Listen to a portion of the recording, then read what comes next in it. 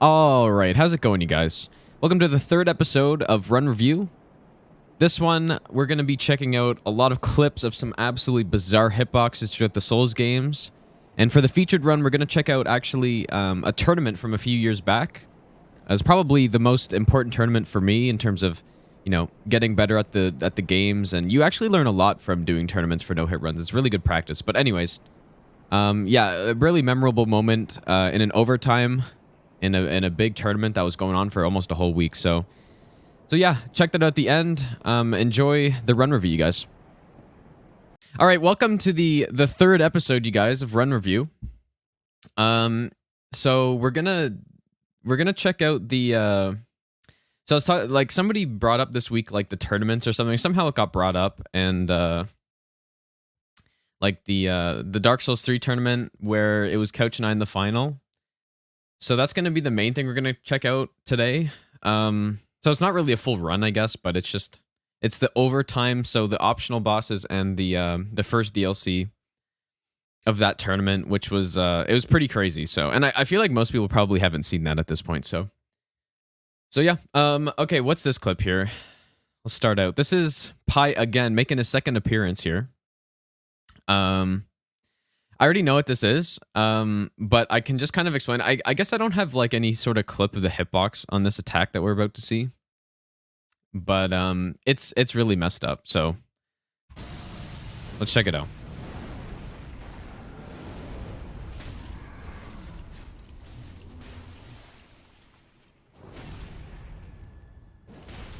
Kind of quiet.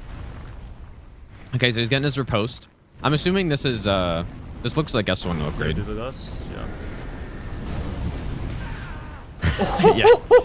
Yeah, that's it. It's what?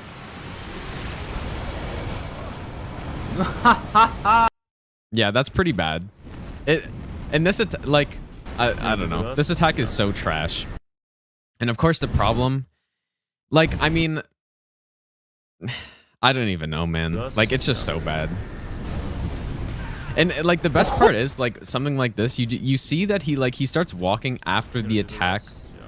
Like, should have already, like, in the hitboxes, like, this is the hitbox. It's a weird shape and stuff, but like, yeah, man. But basically, to fix this, like, all you have to do is roll sideways. Like, roll to one of the sides, either right or left. It doesn't really matter. But yeah, like, it's such a meme. It's such a meme at this point. And I think basically every single Dark Souls 3 runner who has done an all bosses run has gotten hit by this at some point. And yeah, like, you can't roll through that attack for some reason. The hitbox just, like, I don't know if it even redirects or like what happens if it somehow catches you. And it, like, and sometimes people get, you know, they get launched like forward towards the demon prince. Like, here he got launched sideways, which is, I've never actually seen that before. What? But yeah, like, I mean, it's just a total meme. It's such a meme hit to like lose your run to, you know, when you're on a flawless run, you get hit by this trash. And that's yeah, I've heard a lot of people get hit by this recently. And like, I was on a live, I forget if it was like no upgrade or S1 upgrade that I was doing, but I lost a run to this attack, and I spent a bunch of time like trying to figure out how to safely avoid it, and I came up with just rolling to the side, which seemed to work. So yeah, it's just classic Dark Souls, I would say here. Classic Dark Souls hitbox here, dude. It's so funny. So funny, man. Yeah, also, yeah, if you're yeah, like, if you're like, you'll notice what happens here. Like, the Demon Prince flies away and does the thing. That's pretty common. Like, if you are like behind his legs here, like, there's no hitbox. But that's not really always reliable. It's way more reliable on the other Demon Prince, actually, because before he does this flyback, he does like a big charge up of his or he does his like meteor ball things. And so you can get behind him on the other one, but on this one, it's not something I would really like. You can try to do it, I guess, but yeah, in a case like this, when he does this fly, you're probably not going to be able to get behind him in time. So I wouldn't even bother. Just roll to the side, you know. That's it. Okay, what's next here? Okay, I haven't seen this. It's a short clip. I don't know if it's some meme or... Oh, okay, I already know what's going to happen. So So like look at where Aldrich is right here. And, like I haven't watched this. Aldrich is doing this stupid charge attack, and this attack is infamous for getting caught on a pillar, and then it changes the roll timing because he gets caught for a few seconds and then like goes through. Sometimes he just gets caught on it for a long time, but the pillars are huge beams in this fight with Aldrich. So, yep, yeah, that's just a classic. And it's really tough to like I've gotten hit by this actually like pretty recently when I was doing, I think, the master run any percent. I think I got hit by this. And because like look at how Aldrich moves is the problem, right? Like Aldrich starts up over there and then like moves all the way back behind the other pillar. Like so moves almost halfway across the boss arena, right? Like on this startup here. But basically, yeah, like this is one of those things that you have to have the experience to recognize when it's going to happen. And even when you know it's going to happen, it's still tough, but like rolling this way is probably the best bet in this case. But like yeah, even when you know it's about to happen, this is still hard to avoid. Right? So honestly, though, in most cases, like unlike that Demon Prince thing that we just saw, where literally every runner's gonna see that at some point, it's uncommon, but like people will see it if they run the game enough. This is one of those things that people, you know, you can fight so many Aldrich fights and, you know, just not have this situation. Like it's not super rare, but it's like rare enough where most of the time you don't have to deal with it. And then when it happens, it's like, wow, that's really trash. But yeah, like if there was a roll this way, that, you know, would have been the highest chance of saving this probably. Because yeah, it's also hard to know, like Aldrich can sometimes get fully stuck on the pillar like for the entire duration of the attack. You don't really know how long Aldrich is going to get stuck unless you know perfectly the position. And so yeah, it's just it's really hard to survive that basically. Like that's really hard. Much harder than the Demon Prince attack. Like it's brutal, really. Okay, this is Spiral. I did see this actually. I might have been here live actually. I can't remember. I think so. But so this is he's doing like this. He's basically doing the master run of Sekiro. You know, like fresh start. He calls it insane mode, which is it's like attack power 1. You know, no gear, whatever. Demon Bell, no charm on NG +7. It's just like it's brutal, and this whole 7-minute VOD is just this fight. And this is a brutal fight. I hate this fight so much, man. But yeah, I might have to turn this down a bit. But so yeah, no, actually, like let's check out the way he fights this. Like it's pretty cool. Phase 2 of this mini boss was always something that, like when I was routing Sekiro, especially like lower damage runs, like not quite this amount of damage, but just lower damage in general. It was one of those things that like I tried to figure out for a while, and like I came up with some like stupid strat and people used it, but this is so clean. So let's just check this out. So he's in phase 2, of course. And what he does is okay, so he's starting a cycle. Let's just start from here. Starting a cycle. And you'll notice here he won't jump on his head. And also, you see how he kind of runs toward the boss there, and it's purely positional. Like, he doesn't want... Like, he needs room for something, and I'll show you what it is. Okay, so he parries this. Here's the main combo. This is the one you see in phase 1. You'll back him up, and he won't stomp on his head here. And the reason is because in this phase, the giraffe gets an extra attack. Another attack that is like a super quick swipe from his left hand. I don't know if he does it here, but... Yeah, so it's RNG, whether he does it or not. And it's basically just not really reliable to parry it when you have the 2 different timings on the attacks here. And so basically, if you get the quick swipe, like the reason he backed up there is in the case that you get the quick swipe, you actually just run backwards, which he does here. In case he gets it right, you'll see it goes backwards a bit. He notices he doesn't get it, and it goes back in. But yeah, so he won't head stomp on this. And he doesn't do it again. I'm sure we'll see it here. Pretty sure. Yeah, so he's doing this for like 7 minutes straight, basically. Okay, there's the quick swipe I'm talking about. So He starts to back up. That's why he doesn't head stomp, because yeah, like if he head stomps on this attack, he can start up the quick swipe. Like he will start up the quick swipe when you're in midair, and there's just not really much you can do unless you have, you know, the midair deflect or something. But it's just not really reliable. So yeah, he backs up, and then you go back in. This head stomp is safe because you always do the Solar one here. But yeah, that's just how this fight works on like low damage. But that's not the point of this. But I'm not gonna risk it. Oh, this is gonna be loud. So yeah, there it is again. Good call. You better fucking give me. You no. What the fuck? Oh my god, it's so funny, dude. That's such a meme. You better fucking give me. You no. That's an aggressive one, dude. So I mean, just some FromSoft Sekiro memes, dude. Like 7 minutes of this, dude. 7 minutes of this, and it ends like that. Where for some reason, I don't know if it's his angle here or something. It probably is. He just doesn't get it. He just doesn't get the death blow. And then he gets the quick sight. Like, it's just, that's crazy. Like, if he had gotten the slower attack, he might have been able to save this. But man, that's that's such a meme, dude. Good call. That's a huge meme. You better fucking give me. Yeah, like pairing, I think, yeah, pairing on that combo or whatever. Maybe it's just on that specific part of the combo. But he just puts it at a weird angle, I guess. Yeah, that's just ridiculous, man. But yeah, he's pissed off here, dude.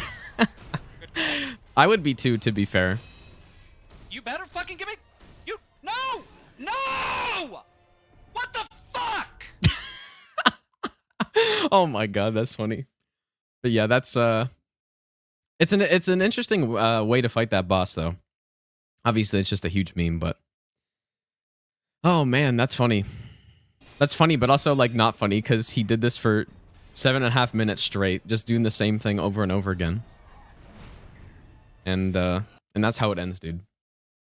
So yeah, that's just ruthless, man. Just completely just ruthless. Okay.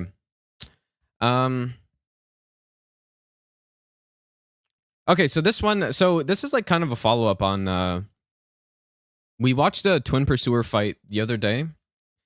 And this is interesting. Like, I don't know anything about Twin Pursuers, really, but, like, what is this? This is, like, how to fight one at a time. This will be news to me here. I actually, like, I'm assuming, you kind of just, like, somehow enter, like, aggro them both and then leave the area, because, like, the Pursuers in this game, whenever you leave, like, kind of the area they spawn in, they just despawn. But I don't understand how you would only get one to despawn. I don't know. I've actually never seen this. I'm sure this is pretty common knowledge, but...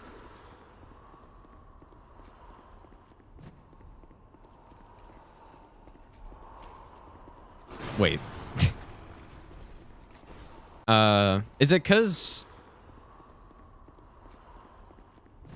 Okay, wait a second. There's a description here. Read description. I didn't even see that. Exit the room. Re-enter while one pursuer is in the middle of his animation. Okay, so I guess just that because he's in the middle of his animation, like, he's kind of not looking for the character's position or something. Like, see, this guy's just back and he sees that you leave the room. And so he leaves, I guess, which is like, that's very normal. But yeah, I guess because this guy's in the middle of his attacking animation, that he just kind of like stalls there and doesn't check that you're gone. Of course, goes for the BM parry. Interesting. Yeah, I didn't... that seems way too simple. Not gonna lie, but... I guess that's a thing. And I would assume also this works for, like, either Pursuer, but... Yeah, this is funny. I've watched 2 videos on the double Pursuer fight now, and I haven't even fought them, like, a single time. Which is funny. But yeah. That's good to know, if I ever want to do that. Okay, this is the Scottish Geek, and this is a funny one. This is a really funny one. So she's doing is this... I guess it's just DS1 any %. She's going for, I don't know, PB run or something, a no reset run. This is wild. I have seen this. And she's fighting 4 kings. Okay, here we go. I I don't know. Okay, so she gets the shitty orb. And when somebody first sent me this, I thought they were like you know, surprised by this. And I'm like, yeah, that's kind of sketch, but I could see how that wouldn't hit, I guess. Oh, I'm like, whoa, that's pretty crazy. Oh. Right, I need to kill him like super Like fast. normally on that attack, like I don't, like I'm very, you know, I just started learning DS1 not too long ago, but this attack basically, I wouldn't be running straight away from it. Like here I would cut around. Like you can actually consistently punish the king here when you're getting this attack. By like strafing around him. You want to be going clockwise, and I would just, you know, kind of cut back across this attack. A lot of people, at least a lot of people used to bone out during this attack as well, which I wouldn't recommend doing that. Unless, I don't know, unless you're doing like super low damage. I don't know. Honestly, I'm not sure, but I wouldn't bone out during this. Nah, I'm gonna get hit. But yeah, so I would just like circle around, and it kind of like is a little bit slow to follow you. But anyways, that's not even the point of this clip. Like, so yeah, it looks sketch, and I was like, oh, that's pretty crazy when I first saw this. Like, super until I saw this part. So this is the okay. This is the grab. Okay. Like, honestly, I don't know a lot about DS1, but like all I know is that this grab has a huge fucking hitbox, man. Like you try to run away from this thing, and you're getting grabbed, you know. But some like I don't know why this happened. Super fast. Like it looks like just straight up infinite iframes, but apparently it has something to do with the wall of the arena. Like see how she's right now? She's running right against it. Like maybe I don't know. I actually have no idea, but yeah, she's right against the wall of the arena, and apparently it has something to do with that. But I have to contact a DS1 expert on that one because I have no idea how that does not connect. Like. Super fast. That's so funny, man. What a great game, dude. Okay. I wonder if that... we should test that. I wonder if that's consistent to do. Obviously, you wouldn't normally want to do that, but... I'd be just curious if that's actually something that you can do consistently, just to, like, show off or something. It's like, yeah, I didn't get hit by that. Even though I stood literally right in front of the grab. Of course, on the grab, normally... normally, you just want to strafe around it. Right, so right when you see this, you just kind of go to... I don't know if it... Like, I usually go to the left side. I don't know if it makes a difference, but it might, actually. I just go to the left side and it just, like, zoom past you, but... Running away is not what you do, basically. But if you're... I guess if you're this good, you just got away with it, so... Man, if somebody submitted a run and they had pulled that off on it, wow, that'd be very impressive. Okay, more hip... This is like the hitbox meme episode, huh? I mean, this wasn't really a hitbox meme. I guess this wasn't either, but this is another one. This is I don't even know. I've never seen this before, but like I've seen the clip, but I've never seen what happens to Dino here. Okay, he's fighting Guardian Dragon. He's doing Pyro Trilogy, which he got. Okay, like let's just watch it first. Okay, so I have no idea. I guess this is just like some...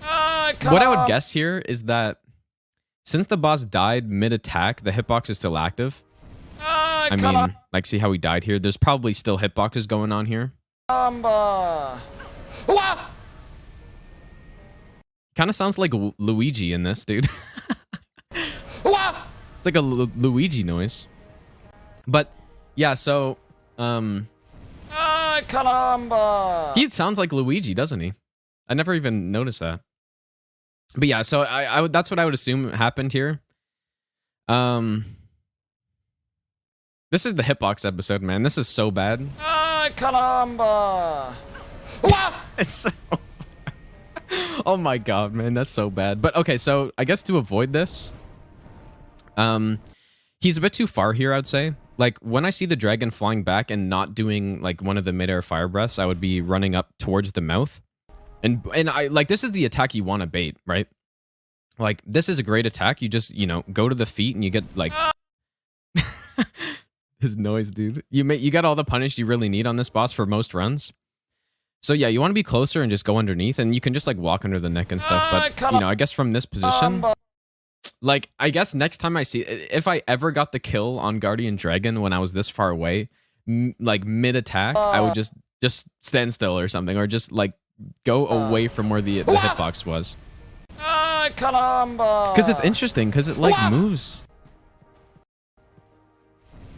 Like, where does he go to? Like, he kind of seems to not even go anywhere near it. So I don't know. Maybe I'm just wrong. Maybe I'm just wrong about this. What's actually happening? It's very possible because I have no idea. But all I know is to avoid this, you just want to be closer here and just go underneath, and not be at this much of a range here. That's it. But yeah, I don't know. I would love to see this in like hitbox view or something. And his reaction makes it all better, dude. Oh my god.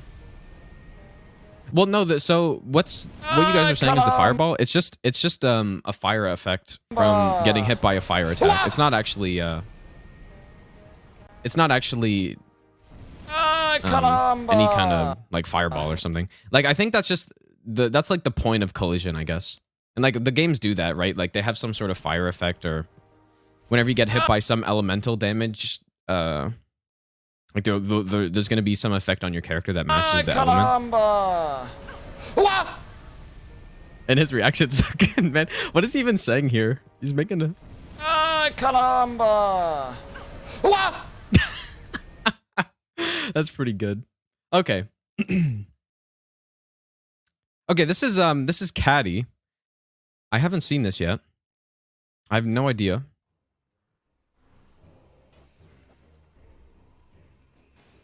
Okay, so this is interesting. No ballista strats here. Normally on like a no hit run or something, you would just, get the ballista and line up the pursuer, but... Oh, this already... Okay, I'm assuming... Okay, that's pretty nice right there. This wasn't intentional, was it? If that was intentional, I'm impressed by that. Okay, probably not, but maybe. Like, so this game, you can actually do this a lot too. Like, I didn't know you could do it here. I'd like never fight this guy, but... So I guess... That's pretty good, dude. That's stylish right there. But you could also get like the other attack during that. Like, I think this was... I think this was a greed hit that just like whiffed and then... But basically, yeah, like it's actually a common thing you can do in this game with... especially the rapier moveset. You see it a lot in like the speedrun, but... You can see this attacking animation. It lowers your character like a significant amount. And like even in slow motion, that's like just a good hitbox right there. Whoops. Like even if I do this slowly, like the sword does go over the head, right? Like that's just a clean hitbox right there. That's some like hitbox porn if I've ever seen it, dude. But yeah, you can do this a lot in this game. Like on Fume Night, you can do this. Right when he like in phase 1, especially when he's doing his like sword attacks, you just like keep like if you watch a speedrun, they'll just kind of keep swinging, and they'll just miss, Yeah, pretty cool. And it's even better the fact that I don't think this was intentional. That's what makes it good. I think this is a greed hit, and then like I don't know, I could be wrong, but yeah, that's pretty good. See, DS2 has great hitboxes, dude. I don't know what anybody's talking about. This is like the hitbox episode, though. Oh, and another one, too. This one, I know what it is. Let's watch it. Cinder's got some good hitboxes, of course. DS3 is the best game, right? It's got the best hitboxes, obviously. What? What? What? What hit me? Yeah, that's very What hit common me? to happen. What? Like, the problem here, and the way you avoid this is, so C is positioning here. Basically, the problem is that an over-rotation. Like, when you're in this position, after Cinder does... It usually comes out, like, basically every time I've seen people get hit by this is after a jump attack. But yeah, an over-rotation here causes Cinder to actually, like, rotate, rotate clockwise rather than counterclockwise, which is what you want if you get this attack. And the hitbox on this attack is just horrible. Like, it's just... Like, look at this. Like, he gets hit right here. It's just horrible. The whole dash on this has a hitbox, and to avoid this, basically, you want to be on this side. But yeah, the problem here is that he needed to like walk straight backwards, right, instead of going to the side here. And this is actually like this is a huge concern. Like, this is something that people have to know if they're doing like a long. I don't know what is this. What is this fight here? Is this SL1 fist or something? What? What? What? What hit me? Oh, look at What that hit me? insane What hit HP. me? What the fuck? He's so surprised. 6 HP. Wait, okay, wait. What I hit? didn't. I think What this the is fuck? SO1 Fist or something. But yeah, like doing long fights, like this is something you need to be really aware of, especially after a jump attack. But yeah, just if you don't over rotate Cinder around, basically he'll do the attack and then you'll be on the correct side of Cinder. You'll be on the right side, and yeah, you won't get hit by that. But yeah, see that little like you can kind of see when Cinder is deciding he's gonna go that way. And yeah, you're like, and you will get hit by this 100 out of 100 times if you're in that position and you get that attack. What? Like What? every single time you'll get hit by that. It's just What? usually, like people don't usually like over rotate like that intentionally. Like so, like most of the time it's done properly, but it's just, you know, one time you just do something kind of weird and you get absolutely destroyed by just some garbage hitbox, you know. Yeah, I mean it's not even multiple hitboxes. It's just the entire charge from the startup has a hitbox. And yeah, it's just really bad. It's basically just really bad. And I think I've watched this attack in like Anim Studio, but I think it's just like see how he's kind of like charging it up and then thrusts it forward. Like I think basically they were lazy and just kind of kept that whole thrusting forward hitbox on the entire attack. What? So yeah, I mean it's not hard to avoid it, but you need to know that it's possible. And it's rare to even see this at all. But yeah, no, that's a classic meme. I've seen so many people lose runs. I've lost a run to that. And immediately when I saw that, I went to go and fix it, which is like kind of what I do. But yeah, like that's a rough hitbox right there. That's very rough. This I should have named this a hitbox episode, dude. But okay, I'm only going to be doing one boss fight today, but this is what is this? SO1 NG +7 Pontiff. No Ox and no parry. So no parry. This, like, in fact, this is probably the fight, the fight in the game that I'm the least experienced at when it comes to like not parrying, because literally every single run I parry except for, I mean, maybe I think on like miracles I didn't parry, and I guess on the spell runs I just like melted him quick enough. But yeah, okay, let's watch this fight. Okay, there's some music here. I'm just gonna mute it. And this, yeah, so this is okay. Not no roll as well.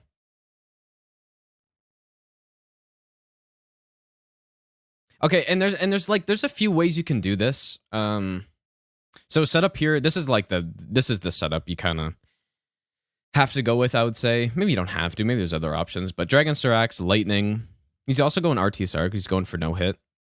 And this is a lot of damage. Like, this is the ultimate SO1 setup, basically, for most fights.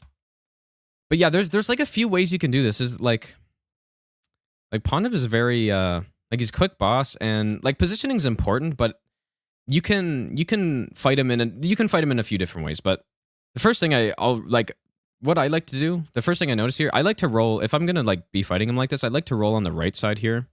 And it's just because when you get this follow-up, like he's probably gonna have to, yeah, he rolls it. I guess you can rotate around the back, but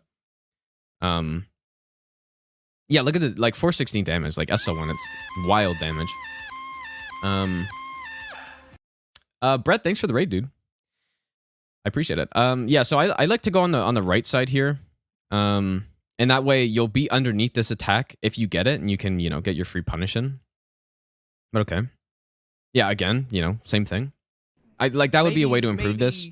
You'd get a free hit in, and you'd also manage your stamina better. Because you don't have to do roll stuff. So yeah, that's the one thing I notice here. Hem, thanks for the 2 years, dude. I appreciate it, man.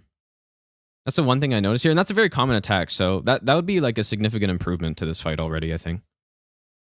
Nice. That's good. Another thing I like to do, and I don't actually know if this is like an optimal strat, but see here, if you stand at this foot, he's basically going to do the magic backswing every single time.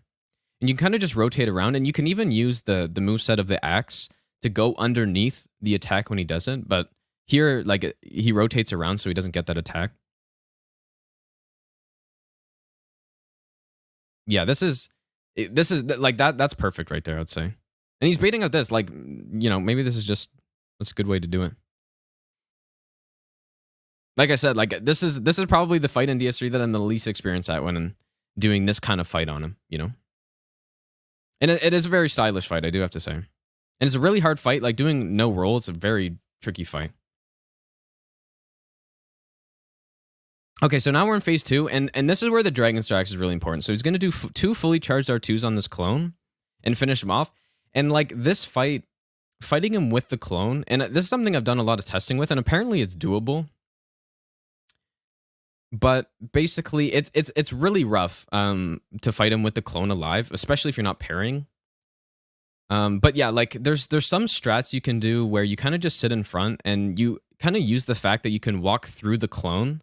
Like, the clone, unlike Pontiff, you can actually just, like, walk straight through the clone. You see it here, he's kind of, like, clipping inside of him. Like, the clone has no collision, so yeah, you can just walk through, and you can use that to kind of just survive and, like, avoid the clone attacks while dodging or strafing Pontiff's attacks. It's not something I've really attempted to make possible for a no-hit run, just because there's better ways of doing it, but like, even on the master run, which is SL1 NG +7, like, no upgrades and stuff, there's better ways of doing it, but it is possible.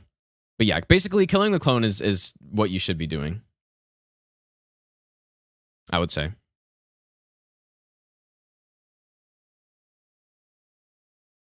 Okay, AoE.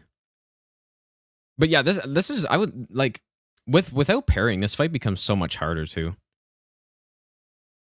Yeah, so I think basically what he's going to be doing here is exactly this. You kind of just, you know, you get your guaranteed 2 fully charged R2, and look at that damage, man. What the hell? This is ridiculous, man. I don't use the Dragon Strats very often, but 615 in a single hit on SL1 on NG +7, dude. It's pretty wild. Also, he's in a bit of a tough position here, maybe, but, like, against the wall. If you're going to be doing, like, no roll, this isn't great.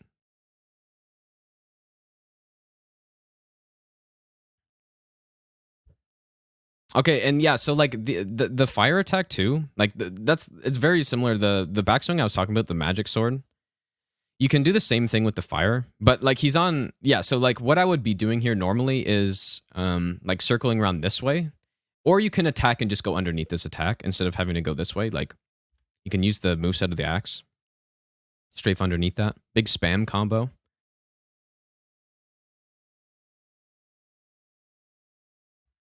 That's rough on the SL1 stamina, dude. I hate this positioning, dude. This is kind of unfortunate positioning, but I'm assuming this is it here.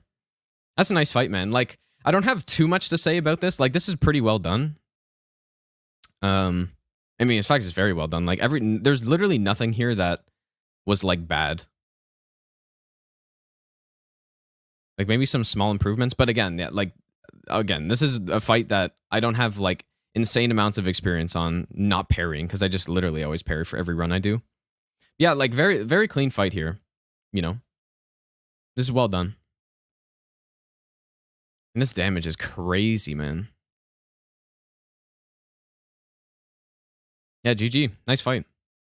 Like, yeah, I mean, the only thing I would change is maybe some positional things, right? Like, on this, you can maybe make a slight improvement. Get an extra punish in. On that, like, fire attack that we saw in phase 1 a bunch of times, like, just maybe go in the other direction. But I mean, this works too. Like, that's not even a big deal at all. Like, that's just like a preference thing. That's what I like to do. So, yeah, very nice, dude. Nice kill. And this is especially nice. When I was doing miracles, that's like the punish I went in on, because, like, obviously, like, using, like, lightning stake or something is pretty slow. So this is like the big punish, you know. Yeah, that's nice, dude. Very nice. Okay, on to the main event, dude. So, yeah, like I said earlier, this is okay, I got this. This needs some context on this. So this is a tournament from 2018. So almost 3 years ago. Me versus Couch Jockey in the final. So how this tournament worked, it's got a whole description here, but how this tournament worked was, it was a double elimination. There were, oh, how many runners were in it, dude? He might show the bracket. There might be a bracket shown somewhere. But yeah, this was a high production tournament from Raptor. One of the many. I don't think there's a bracket shown anywhere. I should have gotten that, dude. Oh, maybe this one? Okay, let me just check this. I should have done this before. Bracket? I think there were how many runners? Okay.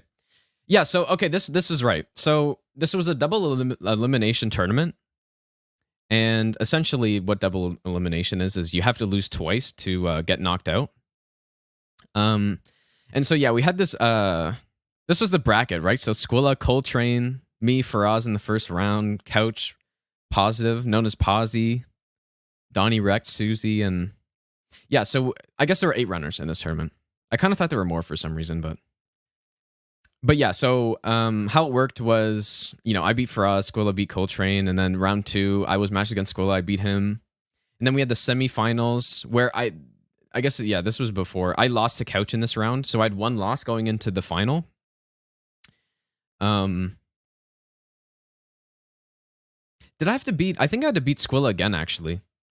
Because, yeah, he only lost once to me, and I had to beat Squilla again, I think, was what happened. But anyways, so yeah, this is how the tournament worked. This was the bracket, double elimination. So basically how it worked was Couch made it to the finals because he beat me here. He made it to the finals with 0 losses, right? And he had to lose twice. So whoever was in the final against him, which was me, spoiler, I had to beat him twice in a row. And yeah, and then in the losers bracket, when I lost to Couch, I went against Squilla, and then I beat Squilla again. And so yeah, me and Couch in the final. So this is the overtime of the first round in the final. And basically, when I was going into this, into the day of the final, I didn't think there's any chance I was going to win.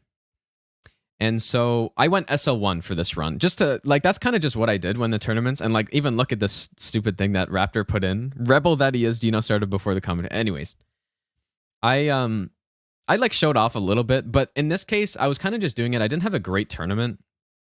Like I think I only got 1 0 hit run to this point, which I was like a bit disappointed with.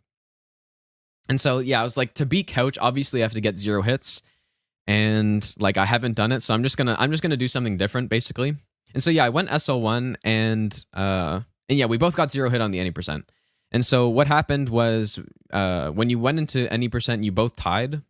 Then you go into the optional bosses, and how this overtime worked was like there was kind of a checkpoint at each boss. So, for example, in this overtime, if I beat Greatwood, for example, and Couch got hit on Greatwood, then I would win.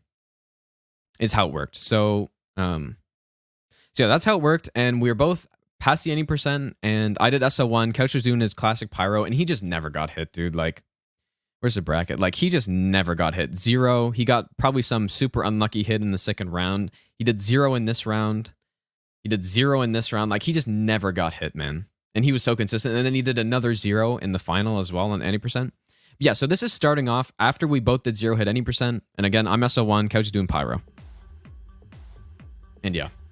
And so, yeah. And I remember I didn't expect it to go into optional bosses. So I remember I actually had to run from the start of Settlement to get to Greatwood because I didn't get any of the bonfires, which you wouldn't normally on an any percent. And I actually remember during this, somebody said I could start, and that's why I started.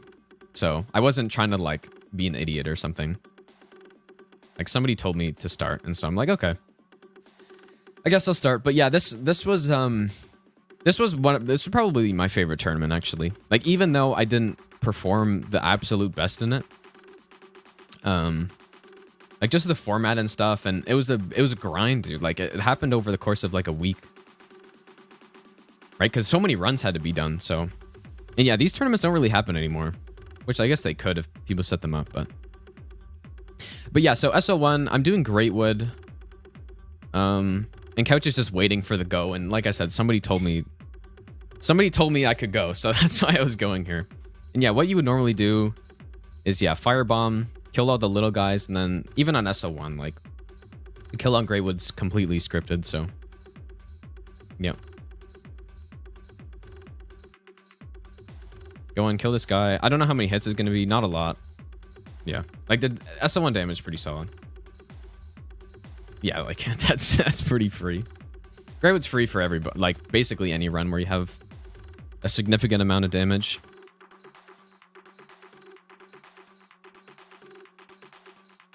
I wonder when they're actually, the commentators are going to get back. Because, yeah, they went on a break because they just did, like, a few hours of commentary. Another thing to note here, actually, too, is that when I was doing my any percent, like I was significantly faster than Couch. Like Couch was like the slow, consistent runner, and I was like the fast, kind of efficient runner, I guess. So my 80% was like an hour and a half, or I don't know, an hour 40 or something, which was slow by today's standards, at least for me. But Couch's run was probably 3 hours on 80%. So I had a ton of time in between this to like just chill out, I guess. And yeah, and like, you know, running for that long too probably affected Couch's focus maybe a little bit. I don't know. Like he's probably pretty exhausted after this whole thing. Okay, fair But yeah, so commentary is oh, who was it, dude? I think so. Faraz and Raptor, of course, and then it was probably. I guess we'll see. Yeah. I think it was So, Singa, Gino has There's opted Singa. to finish off Greatwood just now. the so legendary he's Singa, dude. Just about He's, to head Singa on was like Couch's like apprentice, basically. He did the to pyro the runs next and boss. Are you ready? Oh yeah. I can jump right in. I just have to completely close. yeah, the and Discord before that's I do Couch, it. and But he's so we're just continuing with no. We're not taking a break. Just they're taking a break. Yeah, just them taking a break. Do you even need a break? Do I need a break? No, I'm good. they weren't even back you're yet, free but to Singa start was at just. any time. I was I already think starting Gino my has- Oh no, wait. Gino has just set up the stuff. He might be back in a moment. I was just Okay. killing the But bosses. it's cool for me to keep going. Mm, you know what? I'm gonna leave that decision up to Raptor. I have no idea. I'm just saying stuff. Okay. ODK, so this is before Magic was banned in this tournament unless you're doing like a Actually, Magic you know only what? run. So you couldn't do I'm gonna like give you the go on that you couldn't because use like Gino Spook, for seems- example, no, he's which just like setting up these all are this old now. strats that I'm going to be I have using here. no idea. Like the running sections aren't I'll that just leave it up- complicated, let- but I'll just when it leave gets to up the Raptor. well, I don't want to spoil too much, but later Okay. it actually matters. Like you'll see the difference in strats maybe. Did Gino already kill Tree Ball? Oh, and Susie's here too, actually. So there's 4 commentators. So there's Raptor, Going into Fraz, Singa, Gino? and Susie. I don't know. I think Gino is just setting up RTSR. Yeah, and I was just going, dude. Somebody, I'm pretty sure somebody Seems told to me be I could going just for go. it. Yeah, he's Yeah. going for it. I He's think going for it. yeah. So I don't Okay, know. I'll go ahead and go then. Yeah, go ahead. I'm curious how I fought maybe- ODK here. I'll give you the best nut Man, ever. I wasn't sure if it was okay to charge, but This is going apparently too Gino's far. going ahead, I mean, the so damage should be Couch might as pretty well go I ahead. good. think I started Yeah. following you after this run. Moonlight, thanks for the 17 months, dude. So what do you think? The odds of getting hit on these bosses aren't particularly high. Okay, wait. Sorry, I missed Yeah. what I just did there. So yeah, you get some punish at the start. Mm. Go in on this. Yeah, this is right. So what do you think? Get a The- few the hits odds of off. getting I hit mean, on right now, I don't know these why I bosses did this, but aren't I particularly may be just high scared of this compared to- attack. But Yeah. normally, what I'd be doing, or maybe I was scared of the transition actually. But normally, you just roll to his tail you here think and get a the- couple the extra odds of hits in. getting Like hit? roll there. hit on these bosses aren't particularly But high, are they? maybe I was scared of the transition here because this, like, you have to be very careful when you're near ODK when he does this because he's got hitboxes everywhere. Like, if you're underneath him, you're probably gonna end up getting hit. Like, there's a few soft spots, like right at the front, or I don't know. But like, if you're near the feet, you're probably gonna get staggered by something, or Hmm. yeah, get hit, and it does a tiny bit of damage. But Mhm. that's probably why I was rolling out because I was super scared of that attack. Yeah, the idea is kind of like normally when I'm fighting ODK, I just kind of bait out What are you drinking? that attack that I got like initially there. Like sit Oh, at this That was distance. actually me. I actually no, should have been a bit you. closer, but I see. I just- Gino knows what a break is. oh, now they're No, he did Raptors not. roasting me because I didn't. So we just told. I just went. Couch to go ahead as well. Yeah, I wonder why I went. I'm pretty sure Guess somebody we're told me I going could go. in And almost done. Yeah, wait for the As fire far as breath. Wait possible. for that swipe, and that's just a safe way of killing I wasn't ODK. expecting Don't mess somebody with to get anything, and destroyed by it's a pretty two slow balls fight too, or especially when he ODK, does all but these like you- big you know, AOE attacks and stuff. Like you can roll through this, but I would say on no hit, just don't even bother. But also, most of the time on like a twin blade run, for example, I gave him the go ODK is gonna start. die before he even Oh, like no, gets into phase I 2 was anyways. So miscommunicating, but sure. yeah, no. So I guess I just didn't do that at the time. But yeah, you just was talking iframe about- that Yeah, I and just- get a couple extra hits in right No. there Yeah. on that attack. No, I was talking about like the other boss pulls, like that. Once we start the boss pull, like Yeah, and Couch doing pyro. the whole thing, you know, Pyro ODK is pretty Yeah. straightforward. He's probably just gonna That's head fine. stagger him He's like, like repeatedly. want to go and kill ODK. So All right, pretty easy fight though. Yeah, that's a Well, GG for apparently- Gino. Yeah. Apparently, it was killing tree balls while no one was looking though. Out of the commentators, I mean. oh yeah, no, They're confused that I already killed ODK. Or I mean, great one. Yeah, look at his damage, man. Hopefully it's big enough for you guys to see. He's doing 749 a hit here.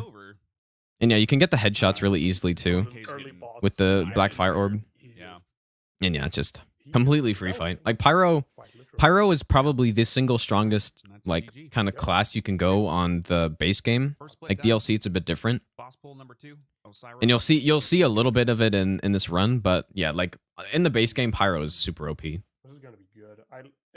You'll see a very particular strat that Couch Jockey will use. For Yeah, this so because I guess I don't know if I went he to won't Oceiros or fight if I just for waited seconds for him to intentionally. He will bait them into a corner and beat get him the stuck bosses. there But yeah, and I mean, choose obviously I to knew he deal was with he it wasn't without gonna having to die. deal with So all Yeah. of the other So, magic yeah. stuff that goes on I guess I'll just skip through this part here. after you get him into position. Beat a boss. Coach is going to level up. Sort of I guess I'm going to situation, but, Oceiros. the actual boss Oceiros is actually maybe the hardest and boss in it's SO1. not Actually, could technically, be. like, they haven't really And the way I'm gonna reached fight him here is probably not very good. Like this is kind of before I realized how to fight him like very well and let's say and like controlling his positioning. I'm doing some like crazy RTSR setup, I guess. Well, that's actually a horrible example. Quadruple parry into roll. It's a really horrible example. Wait, did I skip past Couch killing? Did he already kill Greatwood? 0. Well, that's actually a horrible example. Did I miss him killing Greatwood? Haven't killed Greatwood with 0. All Yeah. of the other magic stuff that goes on. Oh, he kills. Wait, did he kill Greatwood? Oh. I don't know. But it Oh no, looks he kills incredible Greatwood early in his run. Apparently, I didn't even realize he did that. I don't know why. This video is from 2018. This was yeah, this is a tournament from 2018. Okay, so I guess he already killed Greatwood. So Hi, I'm back. yeah, I mean pretty standard. Throw a skull for this part. Has finished Running to the next Oceiros. boss Couch kills the guy. with less hits. Hi, I'm back. Welcome back. Welcome. Okay, and what I do here, I like. But I would recommend people do this for no hits still, like, and I still do this, is I throw a bomb for this guy and bait him up the stairs, and the reason for that is all enemy hits count. Like if you just enemy dodge hits, past him, there's like a that's decent fallen chance, it's like not rare at all, stuff. that he That's will awesome. like hit you when you're coming out of the fog gate. He's got so much range on his weapon and stuff. After I So that's why I started doing this, just because like after I you don't really want to get hit in the fog gate. So I'd recommend people do that for no hit, unless they care a lot about speed. Like if I'm doing like I think about it. if I'm trying to go fast or something, like obviously I'm just gonna dodge past him, just like spam roll out of the fog gate. But yeah, I'm curious to see this Oceiros fight, and Couch probably cheeses him, but Yeah, well, and, Yeah. like and the how I way handle to do phase this 2, is because like when you're time doing out, SO1, not it's kind of the necessarily first run where you actually have to deal with any phase 2. Like if you're doing a twin blade no hit all bosses run, So we were going into Um, Oceiros with Couch, and of course, yeah, like you're not going to SO1 see boys phase 2 beat because up you have so early much in. damage. Like you might get like a Already 1 or in. 2 spin attacks or Oceiros is a very something. tricky fight. The first But yeah. phase of this fight, I'm a little is- bit curious to hear their it's not too commentary hard as to deal well. with, but the hitboxes are really wonky, and he likes to back up into walls. What Gino's looking for here is to punish slam attacks and to make sure, with his like double swipe he did there, he doesn't back up into anything. You want to be behind Oceiros at all times. He's gonna try and get him. I mean that's fresh. that's basically right. I mean, it like in phase 1 it actually doesn't really matter where you are in phase 1. But yeah, being behind him's good. Like a big He soft spot doesn't behind want him. to stack. He's gonna try and get him to the threshold. And yeah, of course, when you get the in miss phase attack, you 2, got to and be then behind pop him, him into or phase just 2 and somewhere attack far with away. much Behind him's the best, so that you follow-up can still punish. to get his phase 2 as low as possible. Okay, this Right okay. here, So so he's now, gonna yeah, phase 2. go So I'm way gonna on have to him. deal. Because in his phase 2, And Couch, of course, is setting up his cheese, which he does on every run. It's very very good cheese, but it's a little bit tricky to set up sometimes. Like you have to really know, like you have to be very confident in dodging the boss's attacks from like this angle. Like you'll see like how he's doing got to sit in the right there. corner and He's dodge the actually attacks and stuff. dodging the potential of an instant But okay, so okay, right here. So he's gonna. I'll say what I'm go doing wrong way here, up but on so far Because in everything's his phase- perfect. And doing the like Oceiros containment in this area is You'll actually see it's him very dodging good to do. But seemingly I know I'm not scrappy. going to do What that. he's So doing I roll because of the like instant right charge. there is he's actually, But already I messed up. So it's not that bad. But what I would be doing right now here. So he's gonna just is I'll point way something up out on him. with 'Cause Oceiros' in movements in this 2, you'll phase. see him dodging So yeah, seemingly he I'll quiet this down a bit. So he does this. So of course you have to roll in case he does an instant charge, and it's always the same timing. So you just roll, and he doesn't do it in this case. But what I'd be doing now is see how I go to the left side of Oceiros here. I would be going the opposite direction right now. And the reason for that is, so see how I'm on the left here. Watch Oceiros' movement. Now that I've gotten onto this left side. See how he like really goes left? He you know, he curves to the left a lot. And it's fine how I did this. Because you want to basically bait him back into walls so that you're always close by in case, you know, you get an insta charge or something and you're going to be in the right position to roll it. Like these are kind of like advanced things, I would say. Like most people don't really have to worry about this kind of stuff, but the goal on Oceiros, which I probably didn't really know at the time, is just you want to keep him contained. And the easiest way to do that is, you know, get him against walls and stuff and constantly be baiting him back against the wall using your positioning here to, you know, move him back. But yeah, this is actually fine so far, but I'll probably mess it up eventually. But yeah, I would get behind him here, but I get kind of caught in his arm, so I have to roll in case he does a charge, but it's fine. Still in a good position. I mean, this is actually perfect, but I'm fairly certain at the time I didn't really know of the strat to like keep him contained. I didn't really know that was like something that was really useful. Okay, that's kind of sketch. Right there, I just got a little bit far away from him when he jumps here. Like this is all fine, but right here, right when I see that he's jumping, I should have sprinted in. And I see how it kind of stands still. Like, and he does the bite, and like you can sometimes get pulled by this bite attack into the hitbox. But I kind of get away with this, and now this is just bad. So he's in the middle of the arena. It's not really where you want him. I'm far away again. Yeah, this is not really great. I get lucky to get that attack there. And Oh my he God! wouldn't even give him the tail swipe. Oh my God! He just wants this is the charge. Oh shit! This Okay, and then here, okay, this is good. Bait him back into the wall. God, he's gonna charge This is now. good. Yeah, see, I think I'm just kind of getting lucky here. This is the fight. This is Osiris' fight. And I whiff an attack. That was a great hit, and I whiffed it. Oh, I guess. That's Yeah, so like even SL1 damage is high enough where you can kind of get away with not really knowing how to fight him perfectly.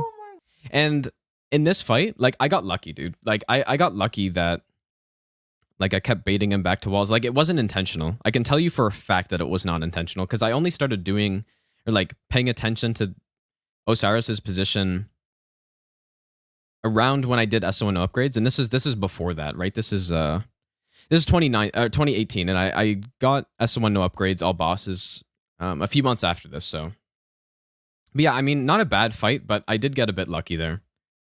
And of course, I gesture because I'm a, I don't know, I'm an idiot.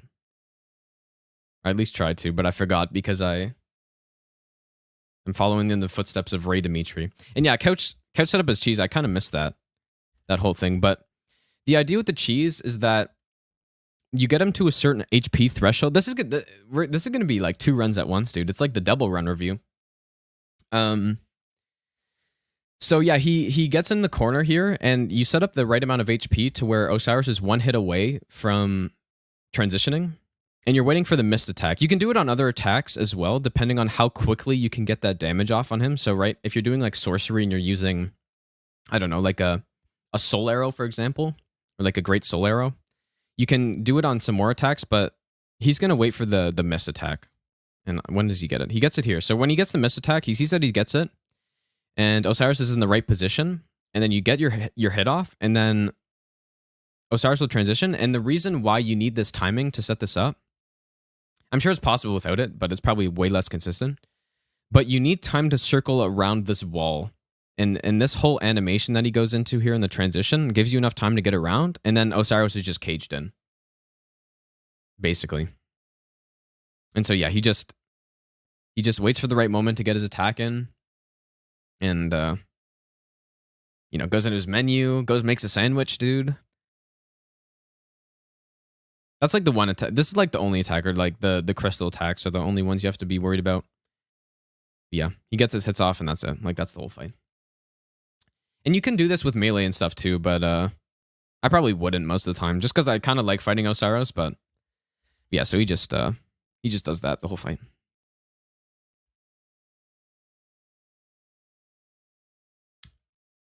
Pace with each other, which is nice.